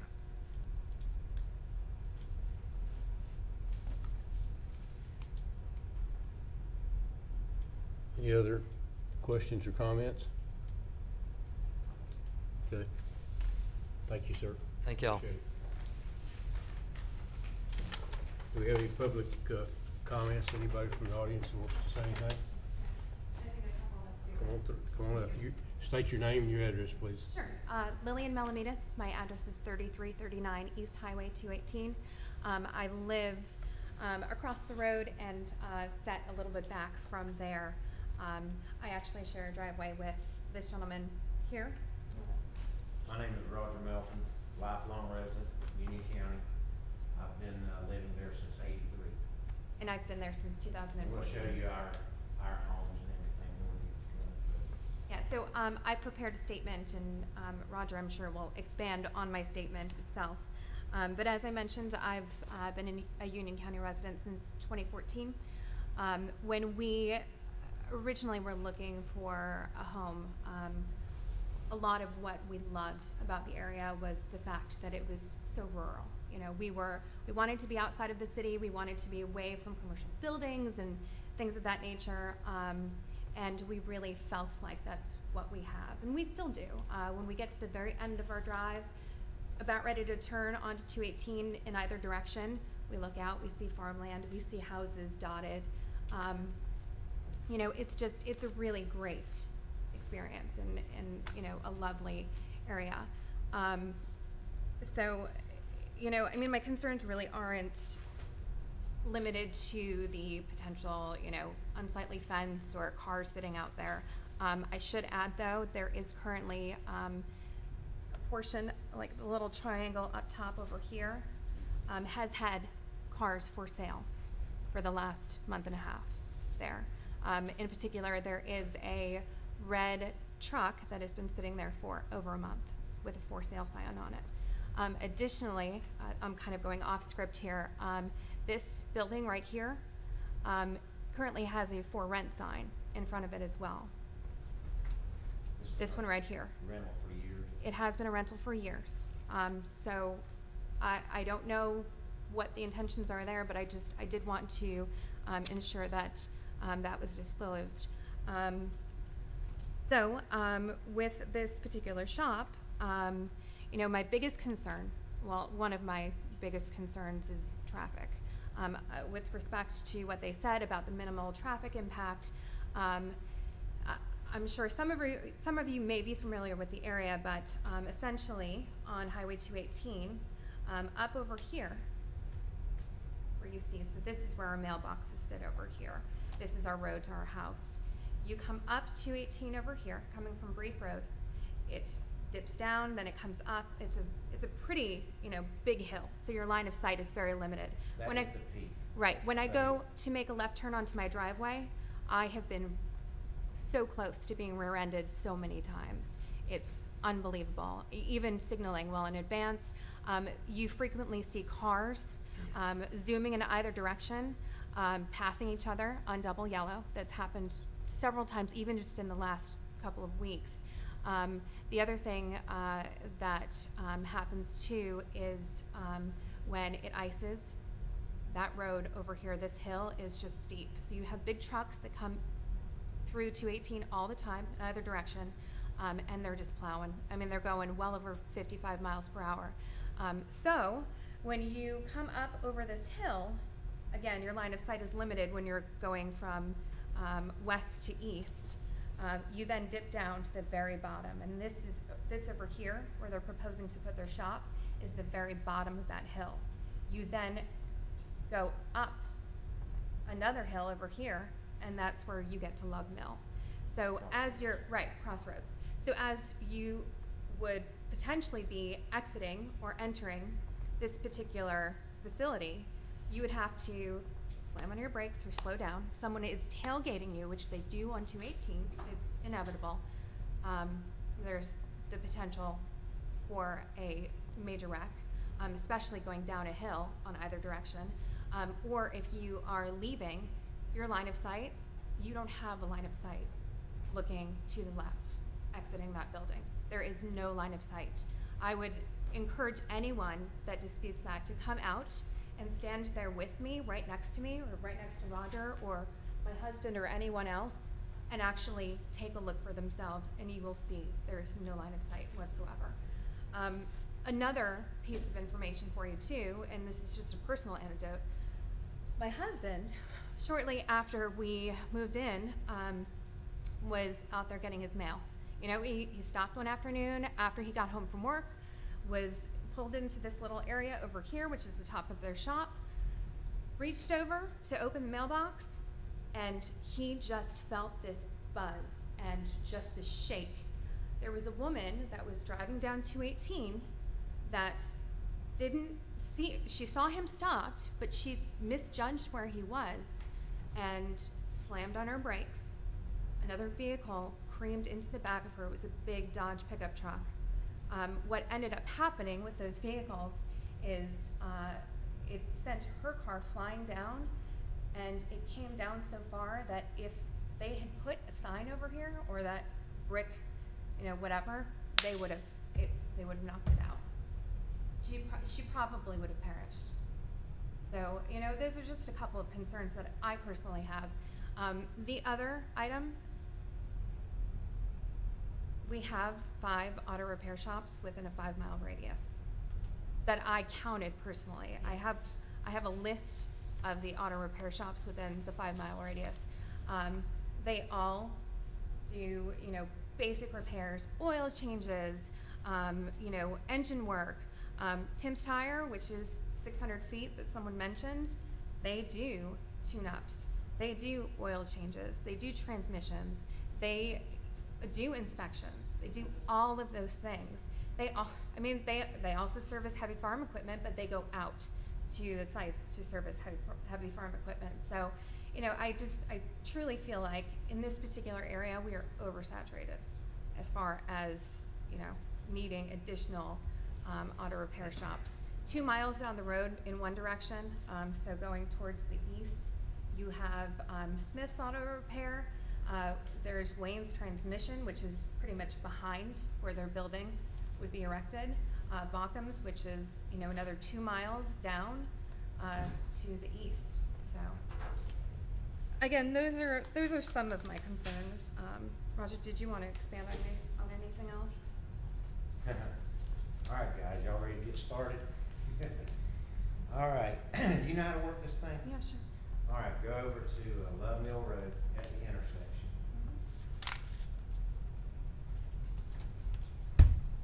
Now, come back towards me down Love Mill Road, right there, right there. Okay, Anthony Tomberlin lives right here.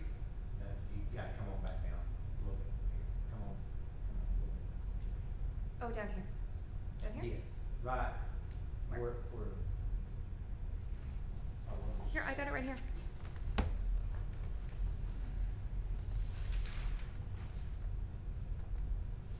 Right there.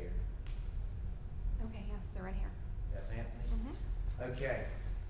There is a water, it's not much bigger than a 5-gallon bucket, but I don't know how much further back it goes, but that's where it starts right there. Waterway crosses Love Mill Road. Can I give this to one of y'all over there, and they can pass it around and show, you got enough of them? So easier. Here you go. It's easier for me to show you on here, and you can just follow with me. We'll start with this one with Love Mill Road on it. I didn't have The second page. I didn't have a fluorescent, so I just took dots and dotted. But there's a branch, and I call it a branch, about 5-gallon bucket wide. Starts right there, goes across Love Mill Road, goes right by Jason Henson's house, comes in the back, and it's kind of swampy through there. It comes in from the back of the pond. All right, keep going up to where there you go, stop right there. All right, you see where that line of the corner is right there? You can see where the numbers are, the 803, 6025. That's where they filled in the pond. There was a ditch that runs right by that pond. I used to fish in the pond all the time. They filled the pond in there.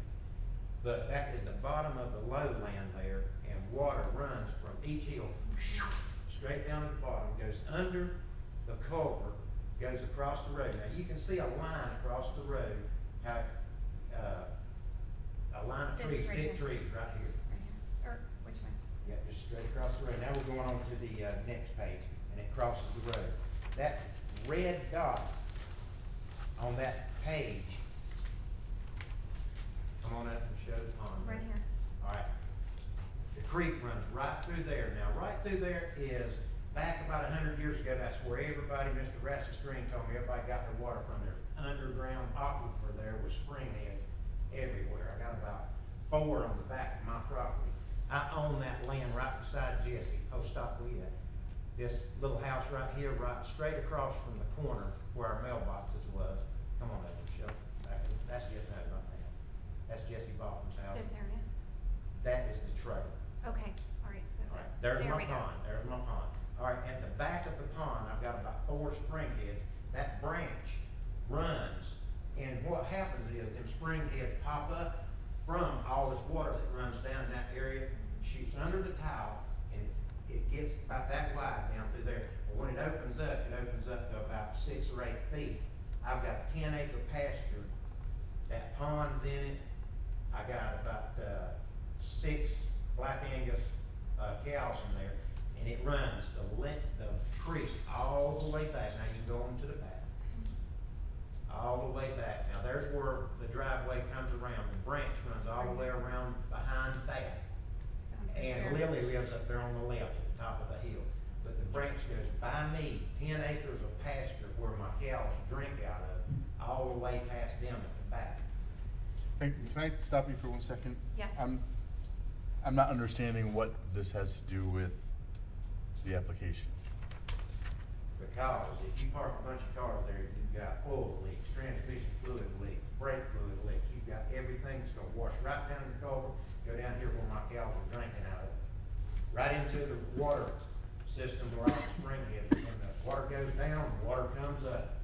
That pond, we live in northern Union County, we live on a rock, cracks.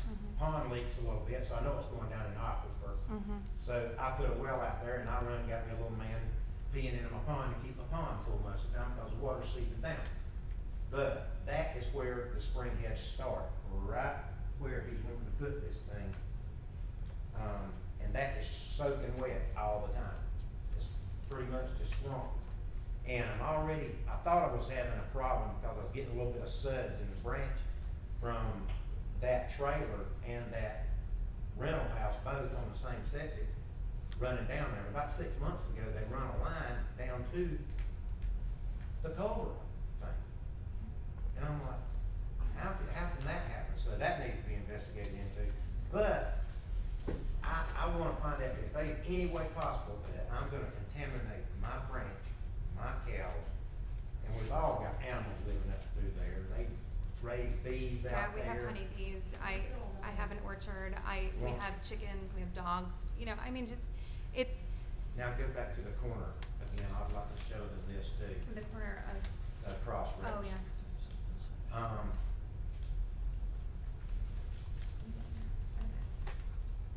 All right, you see what she's pointing at right there? That is gonna be our new Salem Fire Department. That whole lot, all the way down, is gonna be a new fire department. So already we're gonna have stopping traffic.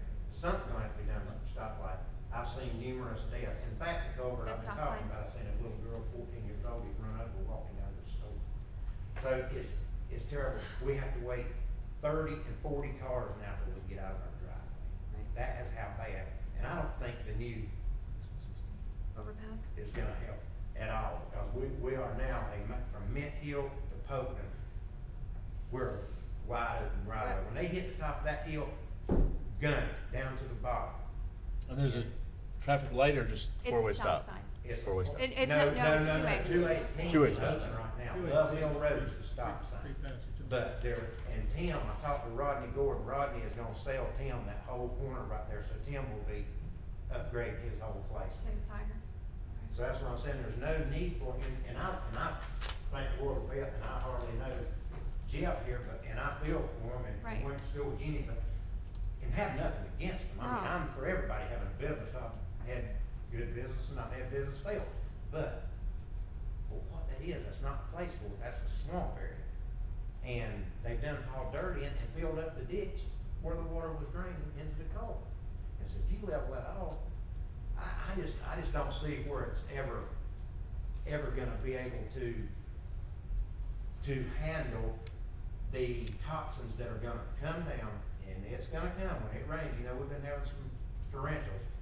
Everything that they've got's gonna wash right on me and right on my lane. I mean, you can, And I can take some, I can go ahead and get the water sample now, and if my water comes back, and it's got gas, oil, anything in it, and I know where it's coming from, that's gonna be a heck of a lawsuit. well, I mean, I think a point is, you know, there was a comment about only bringing transmission fluid in when you need, and, you know, storing oil and such waste in an above-ground tank. I've been around cars for a long time. My husband was in NASCAR for 26 years, so that's all he did. That's all he knows is cars. It happens, especially when you have broken down vehicles. I mean, it's just inevitable. Something spills and you don't mean for it to happen, but it happens. In this particular area, it's much more impactful versus if it happens in an area where, you know, you're not sitting. Take this back over to my. Back to your house land? right here. Sure. Come on back over to the left. Start at the road at the driveway. Okay. Right here? All right, right there. Now, this is my road to my house. I own that property right there, and it comes straight across from where there, you see, I put the mailboxes off the road so we can get our complete cars off the road. Well, if they get that rezone right there, and Mike's already parking trucks and they're there, how do I know that whole line? And there, that little piece right there where it says the woods are constrained, there's about 30, 40 yards there from the road to them trees, where you can put anything you want to all the way down, up and down that road. They have been Right in using front of my house as a there, used car lot. and I own a rental trailer behind it, and then I've got my house back there with the pond about 300 yards back. But every bit of that from right there down, it is harder on me, worse on me than it is anybody, because I'm getting the brunt of it. Okay, I think we've get the point, Thanks, guys. okay? I got a question for you. When you pick up your mail, how do you get back across the street if you're in your car? You sat there for a No, long no, time. well, what I do. You pull a what I U-turn personally on do- 218? No, what I personally do is, so I pull in, going, you know, east, right, so I'm traveling east. I pull in over here. Obviously, if I'm by myself, I have to exit my vehicle very carefully to be sure that there aren't cars coming in either direction. Because again, if you see someone on a road when you're driving 60 miles per hour, it's scary and people react. So it's literally a dash around the vehicle, get my mail, wait for however long I need to. On the other side, sometimes up on the hill, depending on what's coming, if there's a big truck coming, and then run back around as soon as the coast is clear, sit there for a little bit, make sure that there are no cars coming, and then again, I gun it. I have to because I have no other choice. The line of sight in either direction, not so much facing or heading east because I'm already at the top of the hill, but coming from the other direction, I don't know what is coming up over that hill. So I have to go and I have to move fast. I end up driving up all the way down over here to the corner where this auction house is. I have to pull over very quickly, again, because I'm gunning it, and if there are vehicles behind me, they are on my tail. I then have to pull off, like screech off into this area, and then I wait. And I will either make a left-hand turn right over here, or I will pull out to Love Mill, come up to the stop sign, depending on what time of day it is, and then wait to make that left-hand turn. There's also a visibility issue too over here with this auction house that they have. On Saturdays and Mondays, they put out additional flags and signage, and they're so close to the road that it also inhibits your line of sight looking to the west. Okay. So. But I moved them mailboxes off the road. Cora and Thurman Love were elderly before they passed, and she couldn't get to her mailbox. So I moved it where you can drive your car completely off the road. You can drive your vehicle up to the mailbox, reach your arm in there and get it off the road. How long have those auction houses been there? Well, years ago it was A.G. Williams store, then it was Lonnie Green's first, A.G. Williams, Cook's Grill and Grocery, and it's been an auction house. Changed hands 2 or 3 different times, but it's still been one. I'd say for the last 3, 4 years. It's been evacuated by one and somebody else come in time after time. Did you put up- Your character's got a little cabinet shop behind. Did you put up a it. fuss? Did you put up a fuss when it was changing hands? I'm sorry. Did you put up a fight when it was changing hands, and the auction house was changing hands? No. Why not? Did I put up a sign?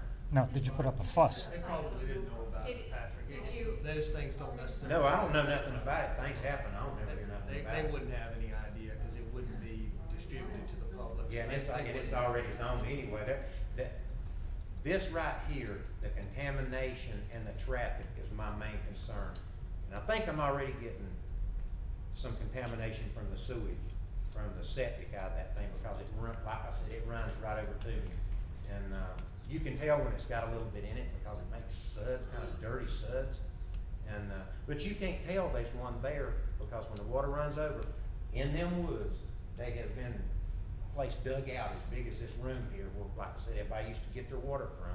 Big old rocks dug out.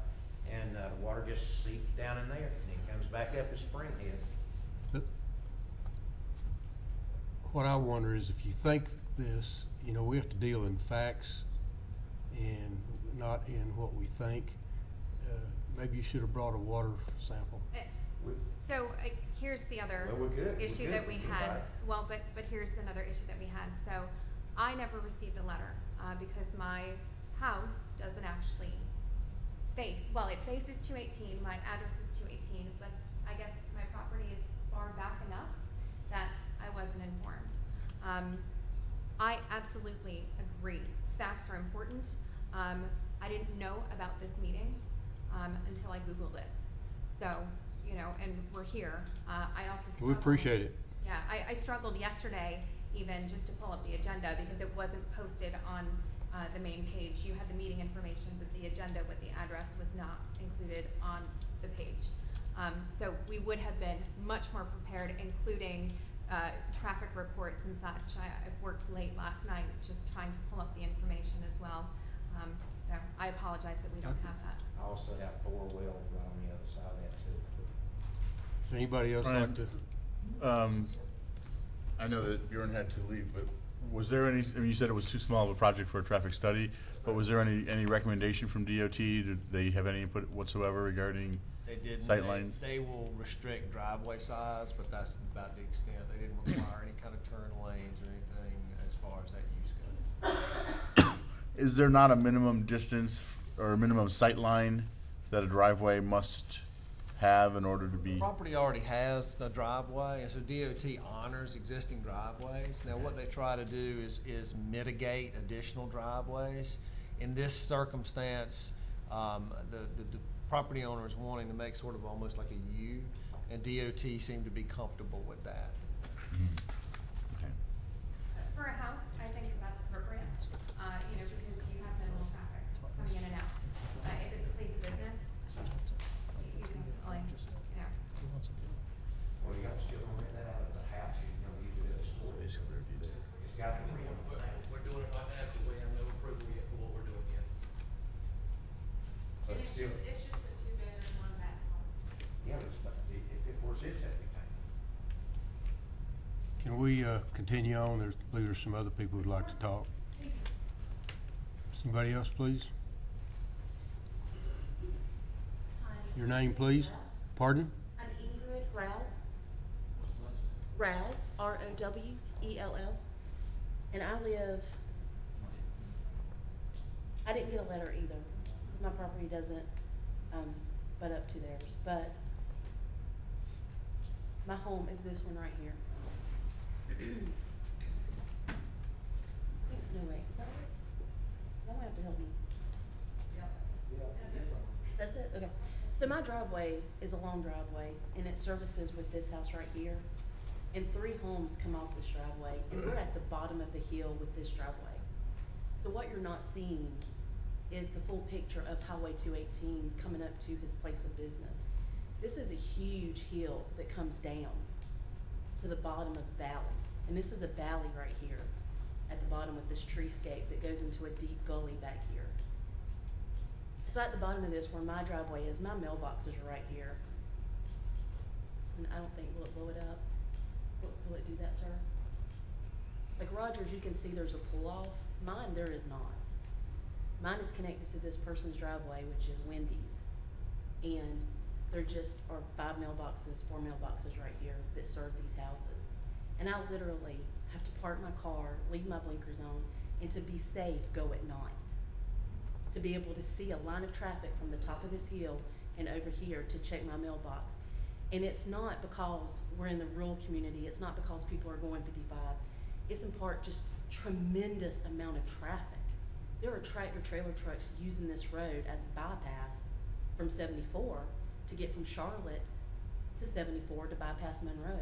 So until that bypass is completed, I mean, this is something that really needs to be put on hold just for the community. Because this area right here is extremely dangerous. The gentleman that lives right here beside me, he couldn't be here tonight. He is a veteran and is disabled. We have contacted the Postal Service. We have asked them to let us move our mailboxes over. It's like an act of Congress to even get that done. They won't let us. There's another driveway where this brick house that's 2 stories has access right here. They won't even let us access this driveway to make a turnaround because the county, I don't know why they won't allow it. But with the Postal Service and the county, it's just something they've not allowed. So for all of us, we have to literally park and run and pray we don't get hit by a tractor trailer truck coming down this hill. And I know you really can't see how steep it is, and it's not like 10 feet. It's literally a 30 feet or 40 feet hill. It is steep. And I don't know if y'all travel that way, but I do live there, and it is very dangerous. And to put a business right here, I mean, I appreciate the fact that you're wanting to have 2 turn-ins. I appreciate that. But still, the amount of traffic, and until that bypass for Monroe gets completed and a traffic study can be done, this road is extremely, and I mean extremely dangerous. Roger, his neighbors were very lucky that he did that for all the people that lives on his road. I'm not that fortunate. I literally have a brick wall that's about this tall, and I have mailboxes, so I have to stand between 2 mailboxes to check my mail so that I don't get hit by traffic. And literally, traffic is right here on a major highway. So until something can be done, I don't think we need any more commercial businesses. Like the other lady that spoke said, right here, when you come to the stop sign, I don't even go down that road anymore. It's too dangerous.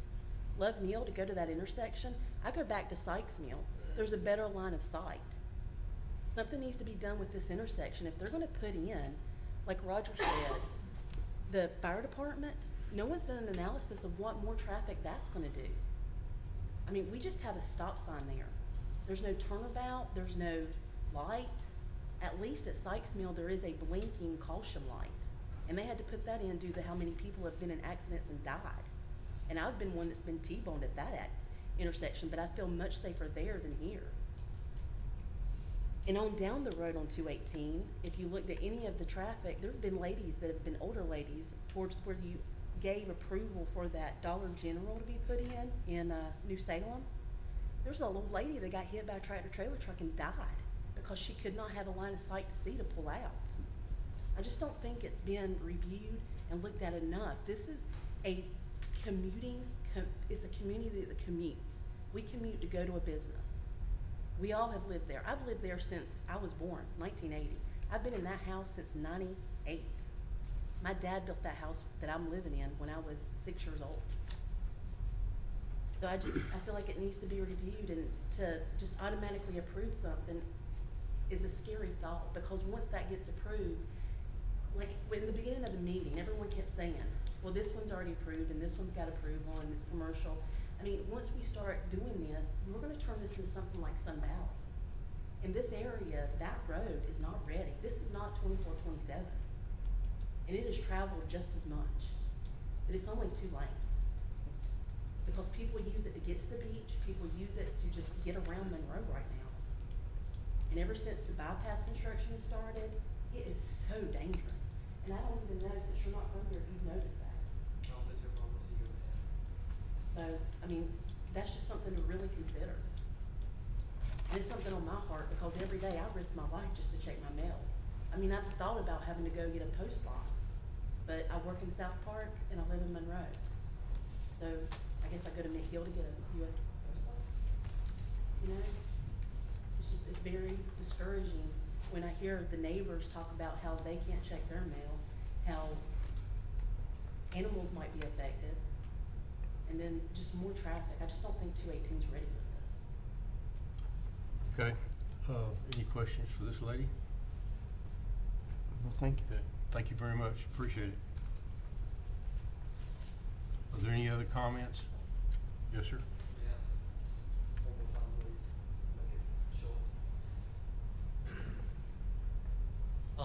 As Brian said earlier, DOT, we didn't not have any kind of traffic problems as far as sightseeing, correct, Brian? That's correct. Okay. Now, if we will look on here on the map itself, you guys have it out, or I can point out to you. On this property, on the beginning of the property right here, which is above the hill up here, from here, it's over 600 foot. Okay, that's over 600 foot. We're not putting the business right here. That is already Zone B for commercial right there. We are actually only doing an extension right here. It will be plenty enough room as it is on the blueprints right here as far as what we're doing. Yes, there is a truck right there for sale. Father-in-law put it there. It can be removed as possible. They said something about a volunteer fire department place gonna be right there. I don't see that being a business. That's the fire department. It's gonna be on its knees itself. I don't see too much traffic be coming into that. How much traffic do you anticipate coming in and out of your shop on a daily basis? On a daily basis, we figure in probably between 15, 18 cars a day during the day. This is not in the evening. Everybody, not early in the morning, not in the evening. I know most of 218 traffic on there is early in the evening, 6:30 till 5:30, 6 o'clock. Our mainly business is going to be during the day. I'm not scheduling any appointments or anything as far as any big work or anything during the main business hours. Concentrating on the day itself, middle of the day. Well, but people will drop off their car in the morning and pick it up in the evening on their way home, or Yes, drop it sir. off on their way to work? There's a good possibility, yes, sir. I do have that where I'm at now. They mainly do on the way home or something like that. They do. Yes, sir. Okay. Thank you. Yes, sir.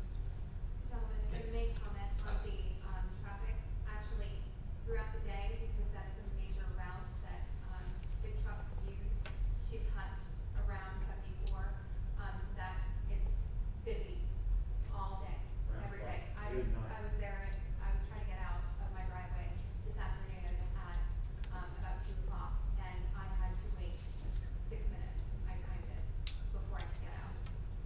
Hey, Andres, one more issue right quick. Yes, sir. The water, what he was talking about, the creek and everything, this business is right here. Now, if you will see, he is talking all the way over here. You see what I'm saying? All the way over here, creek runs and all that. This business is taking place right here. Creek runs right across from where you're visiting. And the reason why it was moist and everything from there, we had a water leak. We got, reason why we had a moist area right there is because we had a water leak. The actually county come out there, fixed it, gave us a receipt on our water bill, emailed and everything. That's the reason why. It has nothing to do with the water flow, the creek, or anything like that. Did you actually fill in that area? Yes, we did fill in this area right here, and the reason why we filled it in because it was nothing but a gully right there. From that one previous owner's right there, separating the other property. That's the only reason why right there. It's a naturally formed gully. It's a naturally formed gully. That's what it was. From my suspect itself and being D-Heck coming out there, no, it wasn't.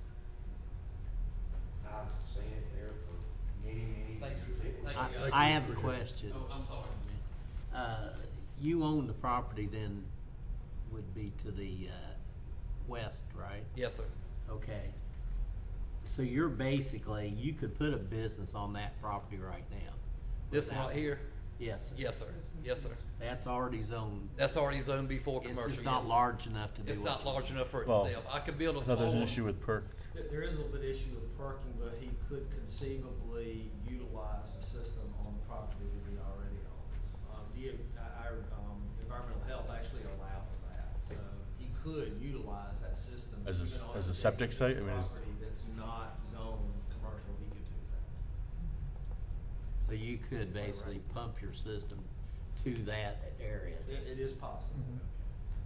And that would require no, Two buildings? I'm sorry, say that Can you again? share the system with two buildings? Probably not. The system isn't sized for that. I don't think it's legal anyway, is it? It depends on the size. Right. there are areas where two buildings actually are served by one septic system, but the size of the system has to be able to accommodate that. That was likely size for a 3-bedroom, 2-bath house or mobile home. That's adequate to accommodate a 3-employee business. And you start getting something much larger, probably not adequate to serve it. But for a 3-employee business, yeah, it's adequate enough to serve it. So that I'm clear, on the property that's zoned commercial, a building could be put there utilizing the septic from the residential zoning, and there would be no need for essentially all of this. He could permit that. That's a by right. Now, I will, there's a caveat to that. The particular use that Mr. Hudspeth is asking for requires a special use permit if he were to try and do that as a by right business. So he'd have to get a special use permit for that particular business, vehicle repair and maintenance.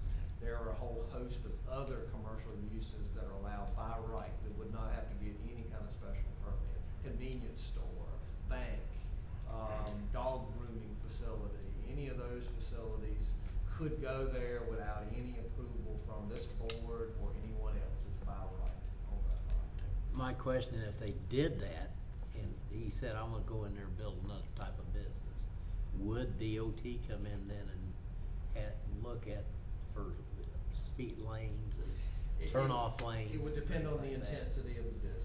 So what DOT looks at is the traffic count, which obviously that is a high traffic count road, but then they also look at the intensity of the business. So if the business is relatively small with intensity, then they're not gonna require any kind of traffic analysis. If it is larger, they're gonna require traffic analysis. I understand, where you guys are coming from, because the traffic's nuts. I mean, there's no doubt. For a small business, it's a perfect place, but for the traffic, it's insane.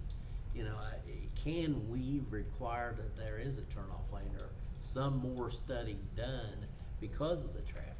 I don't see any problem with the business. What I see a problem with, that road's scary. I mean, I drive it a lot and it's frightening, and I don't mean that negative to you guys that are to help you all. I'm just saying it is man, trucks, that's crazy. It's a death trap down there. To answer your question, Russell, ultimately that is an NCDOT highway, and they approve any improvements to their roadways. Could the county make a recommendation that a deceleration lane be put in there? Absolutely, but we can't make that. We can't force DOT to approve that. That would have to be their approval. The applicant would also have to agree to that, because again, that's just a conditional application.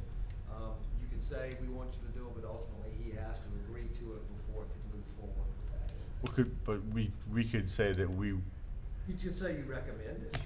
Well, couldn't there be a stipulation that DOT make a recommendation as to whether it's required? I mean, if DOT says yes, based on the traffic count, we recommend that it be done, then that would become a condition of the approval? You could. Okay. And again, as long as the applicant, of course, agrees. And I agree to anything that has to do with traffic or safety like that. DOT requires it, recommends, whatever. Well, before you say that, that could be a very expensive proposition to put in a turn lane and a deceleration lane. What we're not, and what I want to stipulate here is more than likely, we're not talking about a left-hand turn lane. I want you Right. to understand something. That would not be warranted for this site. Right. And I don't think the DOT would go along with that. What we're probably talking about is at the most what's called a deceleration lane. Right. That is just a way for someone to get off the main channel of the road in order to make a turn into a driveway or into a business. That's likely what DOT would consider, if they consider anything. Coming from the opposite direction, if you're going to make a left-hand turn into that facility, it doesn't appear, and I could be wrong, but it doesn't appear that you'd be going as fast as you would be coming down the hill. Am I? And again, there could be some sight distance issues. This is two-dimensional. It doesn't Right. really show you that. But from what those businesses everyone is on the explaining. corners have the same issue. Okay.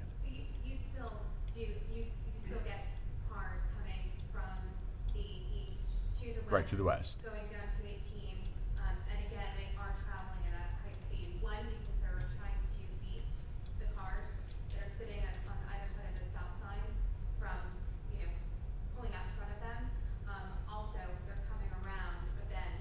Actually, if you enjoy driving, it's kind of fun to go around that bend over there, and then they've done it because they see there's a hill, so ooh, great, a hill. You go down, and then you come back up. So they're traveling fast in either direction. I also want to address the water issue, or water quality issue, I should say.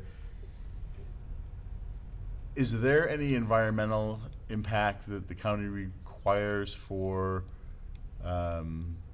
environmental impact of water or? Well, so here's the thing, our maps don't show this as a blue line stream. It may very well be some kind of spring head, but it doesn't show it being a blue line. Obviously, we have standards for when you have, and when I say blue line, that means that it has basically a mapped flow from the USGS. We don't have that showing on any of our records. Because of that, there are not any standards that we require.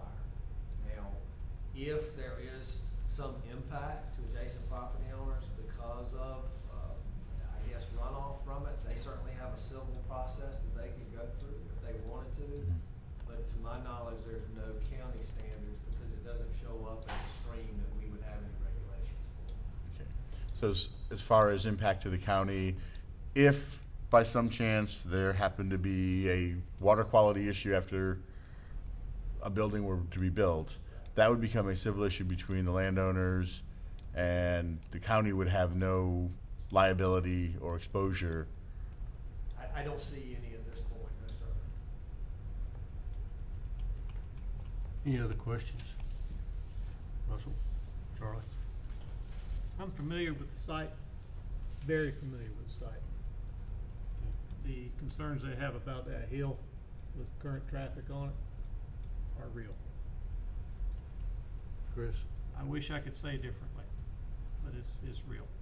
The water, I'm not sure about that. I believe it does stream there whenever you have heavy rains.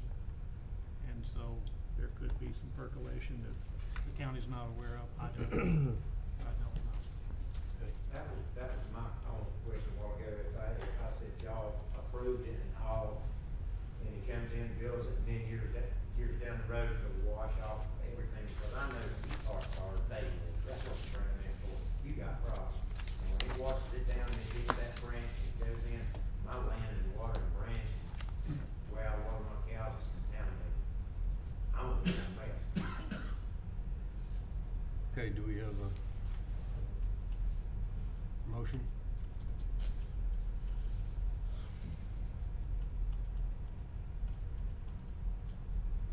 Anyone?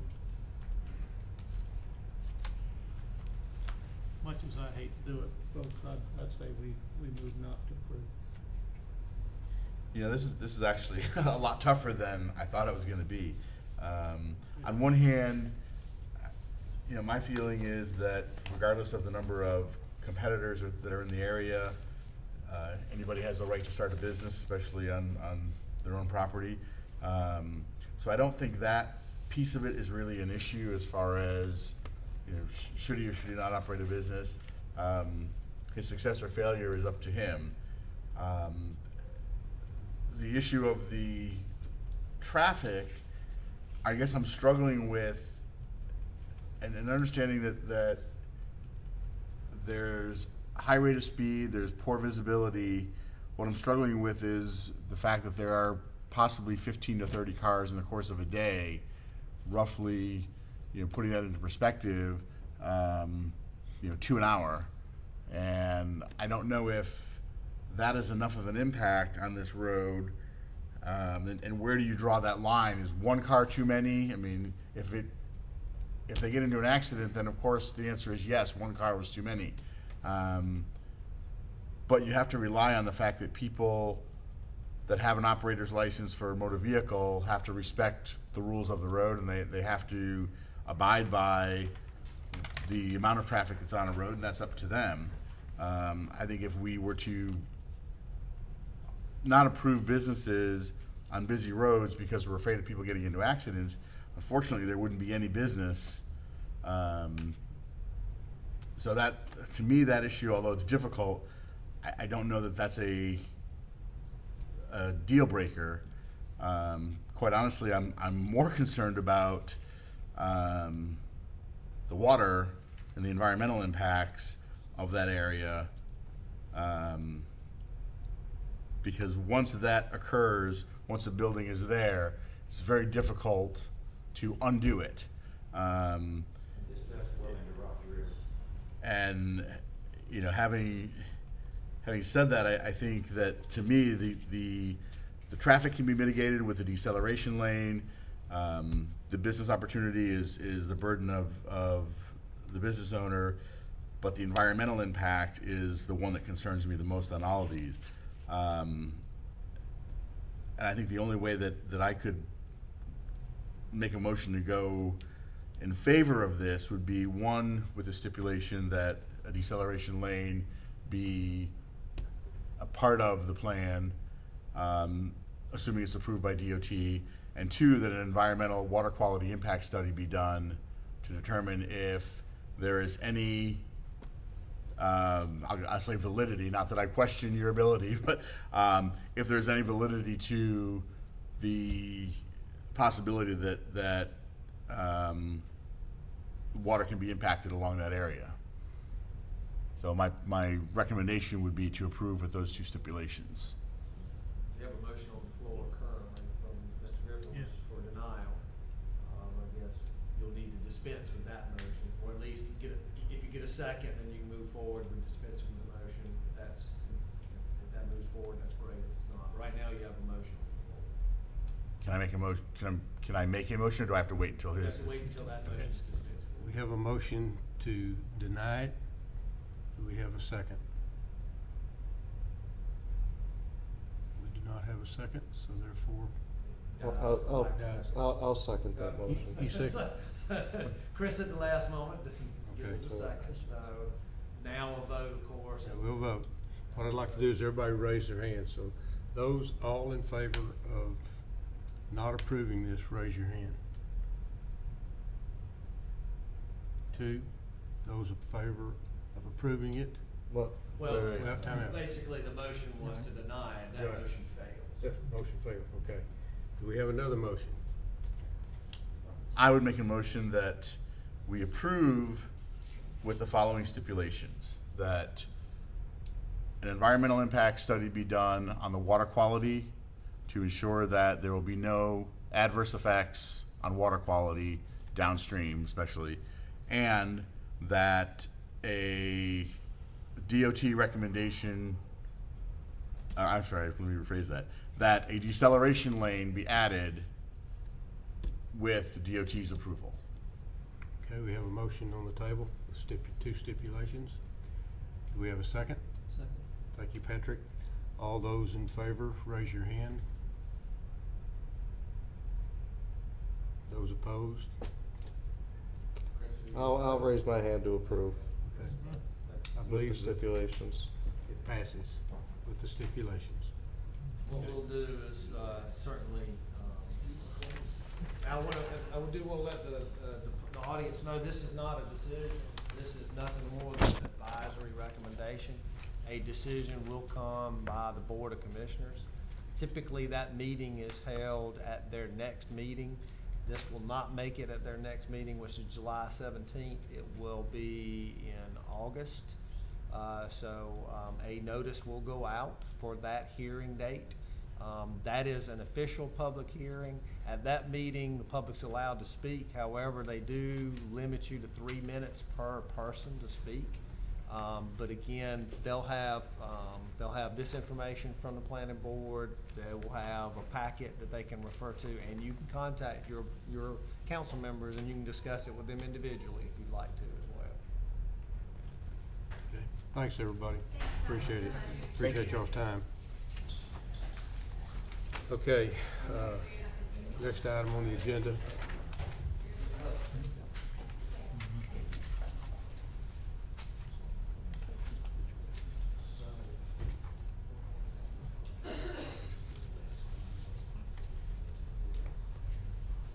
Well, due to the length of the hour, staff has no report at this time. Okay. Yay. Are there any other comments that need to be discussed? I'd like to talk now. Yeah. Oh. All right. Chris okay. woke up. Do we have a motion to adjourn? So moved. Thank you, Patrick. Second by Robert. Meeting adjourned.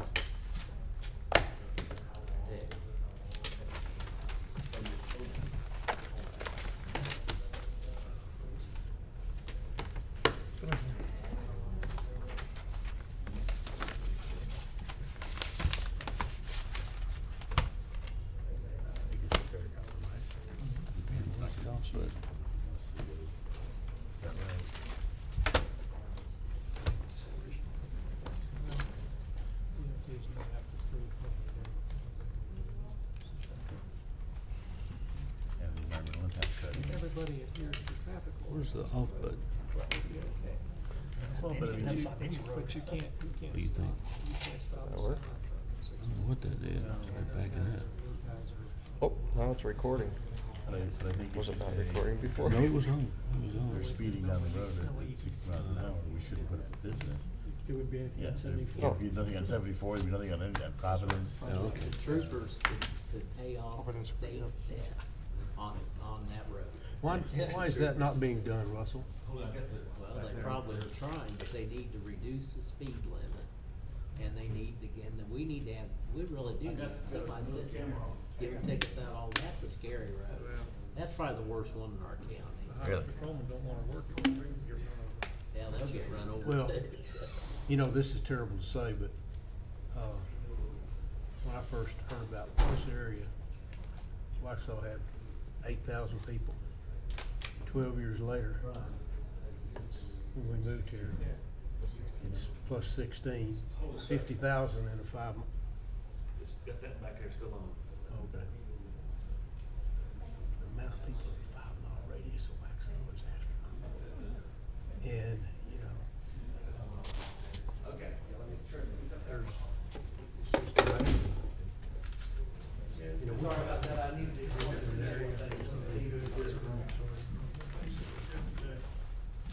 Well, and that's why I started the business.